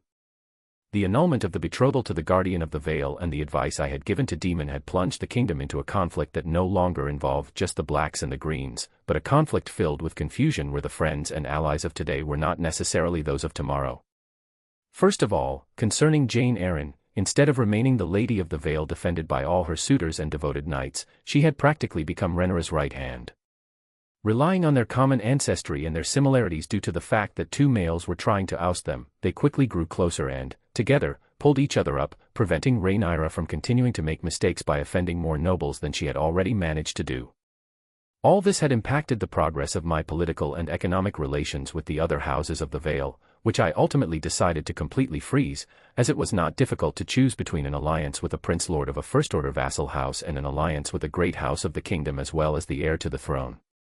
So, I decided to go about it differently. Instead of seeking to build good relations with Jane Arryn's vassals to smoothly install her cousin on the throne, I gave instructions to my vassals to significantly strengthen their armies with one justification: to fight the incessant incursions of the mountain clans. Regarding my father, nothing had really changed between us except that he was looking for a Valyrian wife, whom he finally found in Rhaenyra Valaros, daughter of the current Triarch Rhaethorio Valaros, thanks to my intervention. Understanding that I had already changed the future and that I couldn't cling to my superficial knowledge, I decided to write down in a notebook all the descendants of noble birth or not so that my father could remarry quickly and that more dragon riders would be born by the time of the dance, so that my actions would not be as heavily scrutinized by everyone. And what a surprise it was to discover that Sarah Targaryen was still alive and had 7 children, 4 boys and 3 girls. All were bastards, but that didn't stop me from sending a letter to my great-aunt so that she could make the necessary arrangements for the daughter she had conceived with Triarch Rhaethorio Valaros to be recognized as a legitimate child. It didn't take more than that for Daemon to agree to marry her, as he wanted dragon riders obedient to his every whim following the repeated births of Alicent Hightower and the announced betrothals between Lena and me as well as the engagement between Rhaenyra and Laenor, which will both be celebrated together by the end of this year. I would have preferred it to be done more intimately, but it had been strongly suggested by the king and my future father-in-law, the Sea Snake. Prince Aemon Targaryen, rider of Uryx and Lord of Runestone, said a strong, gruff voice that pulled me from my thoughts. Lord Rickon Stark and Warden of the North, I responded promptly to the Lord. What brings you north of the neck? Your Highness, he said rudely, not seeking to show any reverence towards me. I thought about all the things I was capable of doing to him in a second to make him kneel before me, but I finally restrained myself and said with a small smile, "I have come to discuss with the Lord of House Stark how we could develop our relation so that the North does not suffer as much during the next winter as it did the last. But if you prefer to repay the grace I am extending to you with impoliteness, feel free." The Lord of Winterfell fixed me with his grey eyes and austere look, then signaled to one of his men, who brought me bread and salt. Chapter 29. POV Rickon Stark. Seeing Aemon Targaryen sitting in front of me really worried me because I knew that if he remembered us, it was to use us in the power games of the Southerners. Power games that often end in fire and blood, I thought as I heard a roar so loud that the castle walls shook. "I must confess something to you," said the prince, taking the cup of wine that Amanda, the servant, had served him, pulling me out of my thoughts. "The last barrel of Dornish wine. Bernard will be angry with me for moons because of this. I'm not just here for the southern intrigues." I raised an eyebrow, incredulous, and said in a teasing tone, "For what else, the sun?" The prince smiled, shaking his head, and said, "Of course not, dragons prefer warmer climates.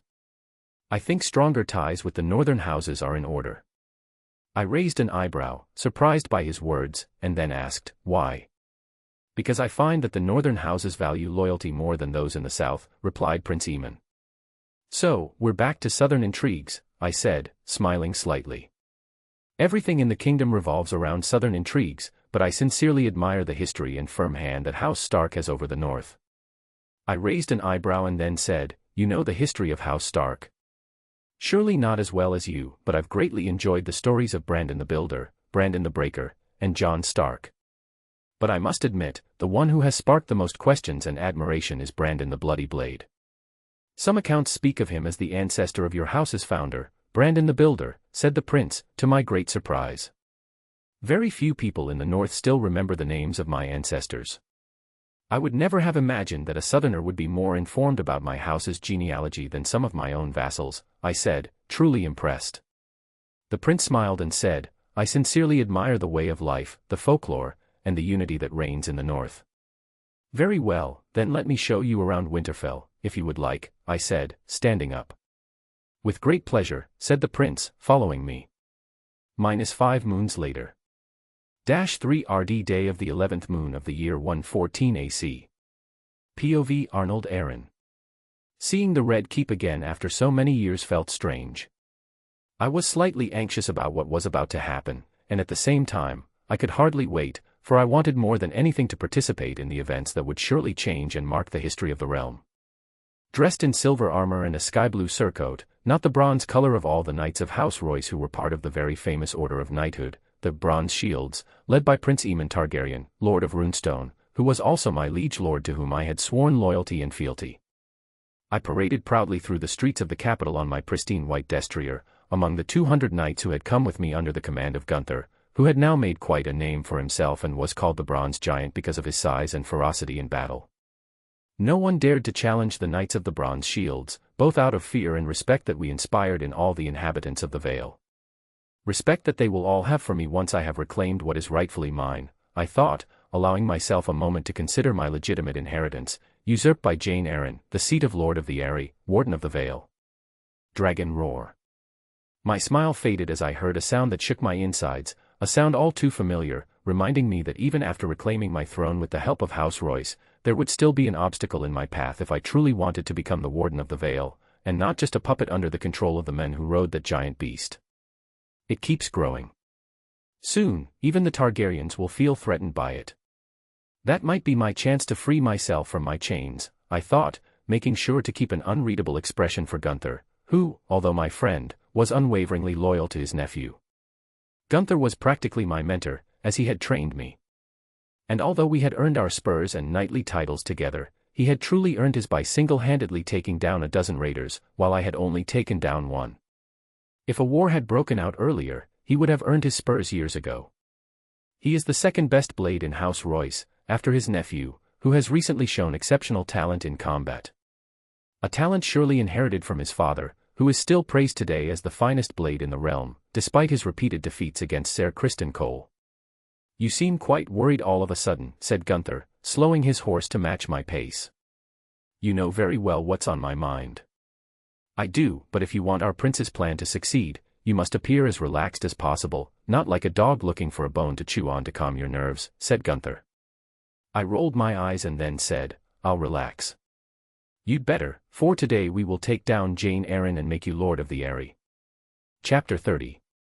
POV Rhaenyra Targaryen. Watching my cousin's magnificent and majestic dragon put me in a complicated state, a state I often felt when I thought of Aemon, for he embodied everything I loved and everything I hated in a man.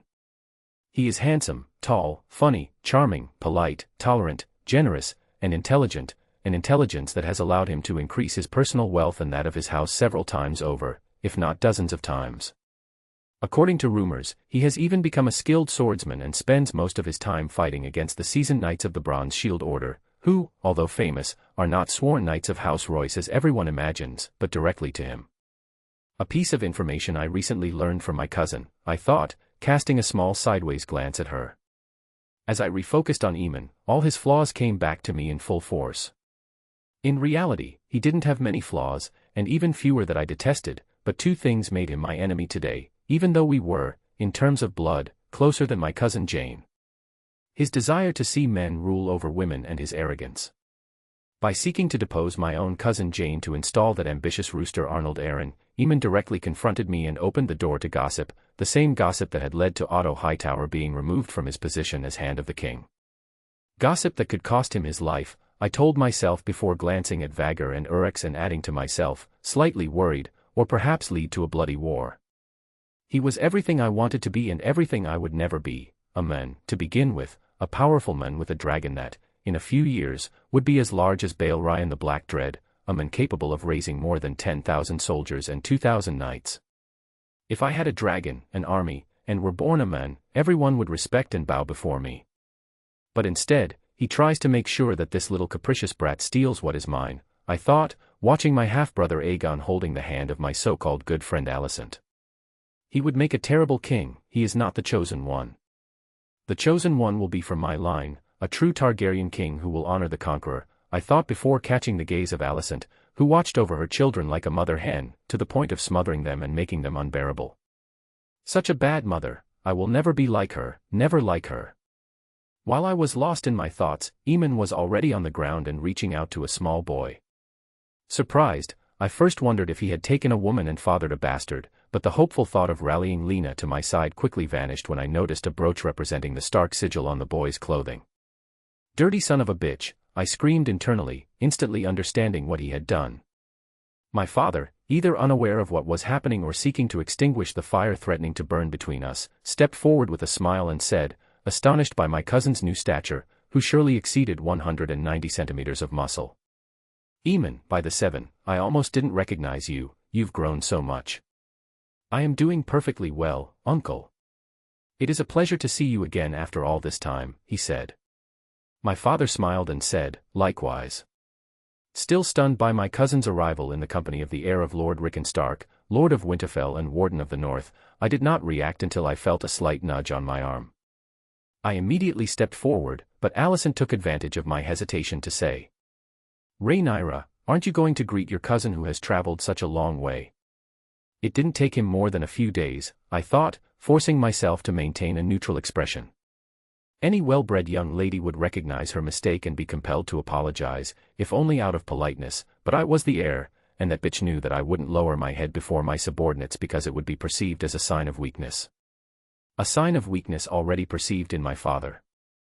A slight silence settled in, and without saying anything, I stepped forward and extended my hand to my cousin, who, with a slight mocking smile, complied, knelt down, not the least bit offended, and said while lightly kissing my hand, Princess, it is a joy to see you again.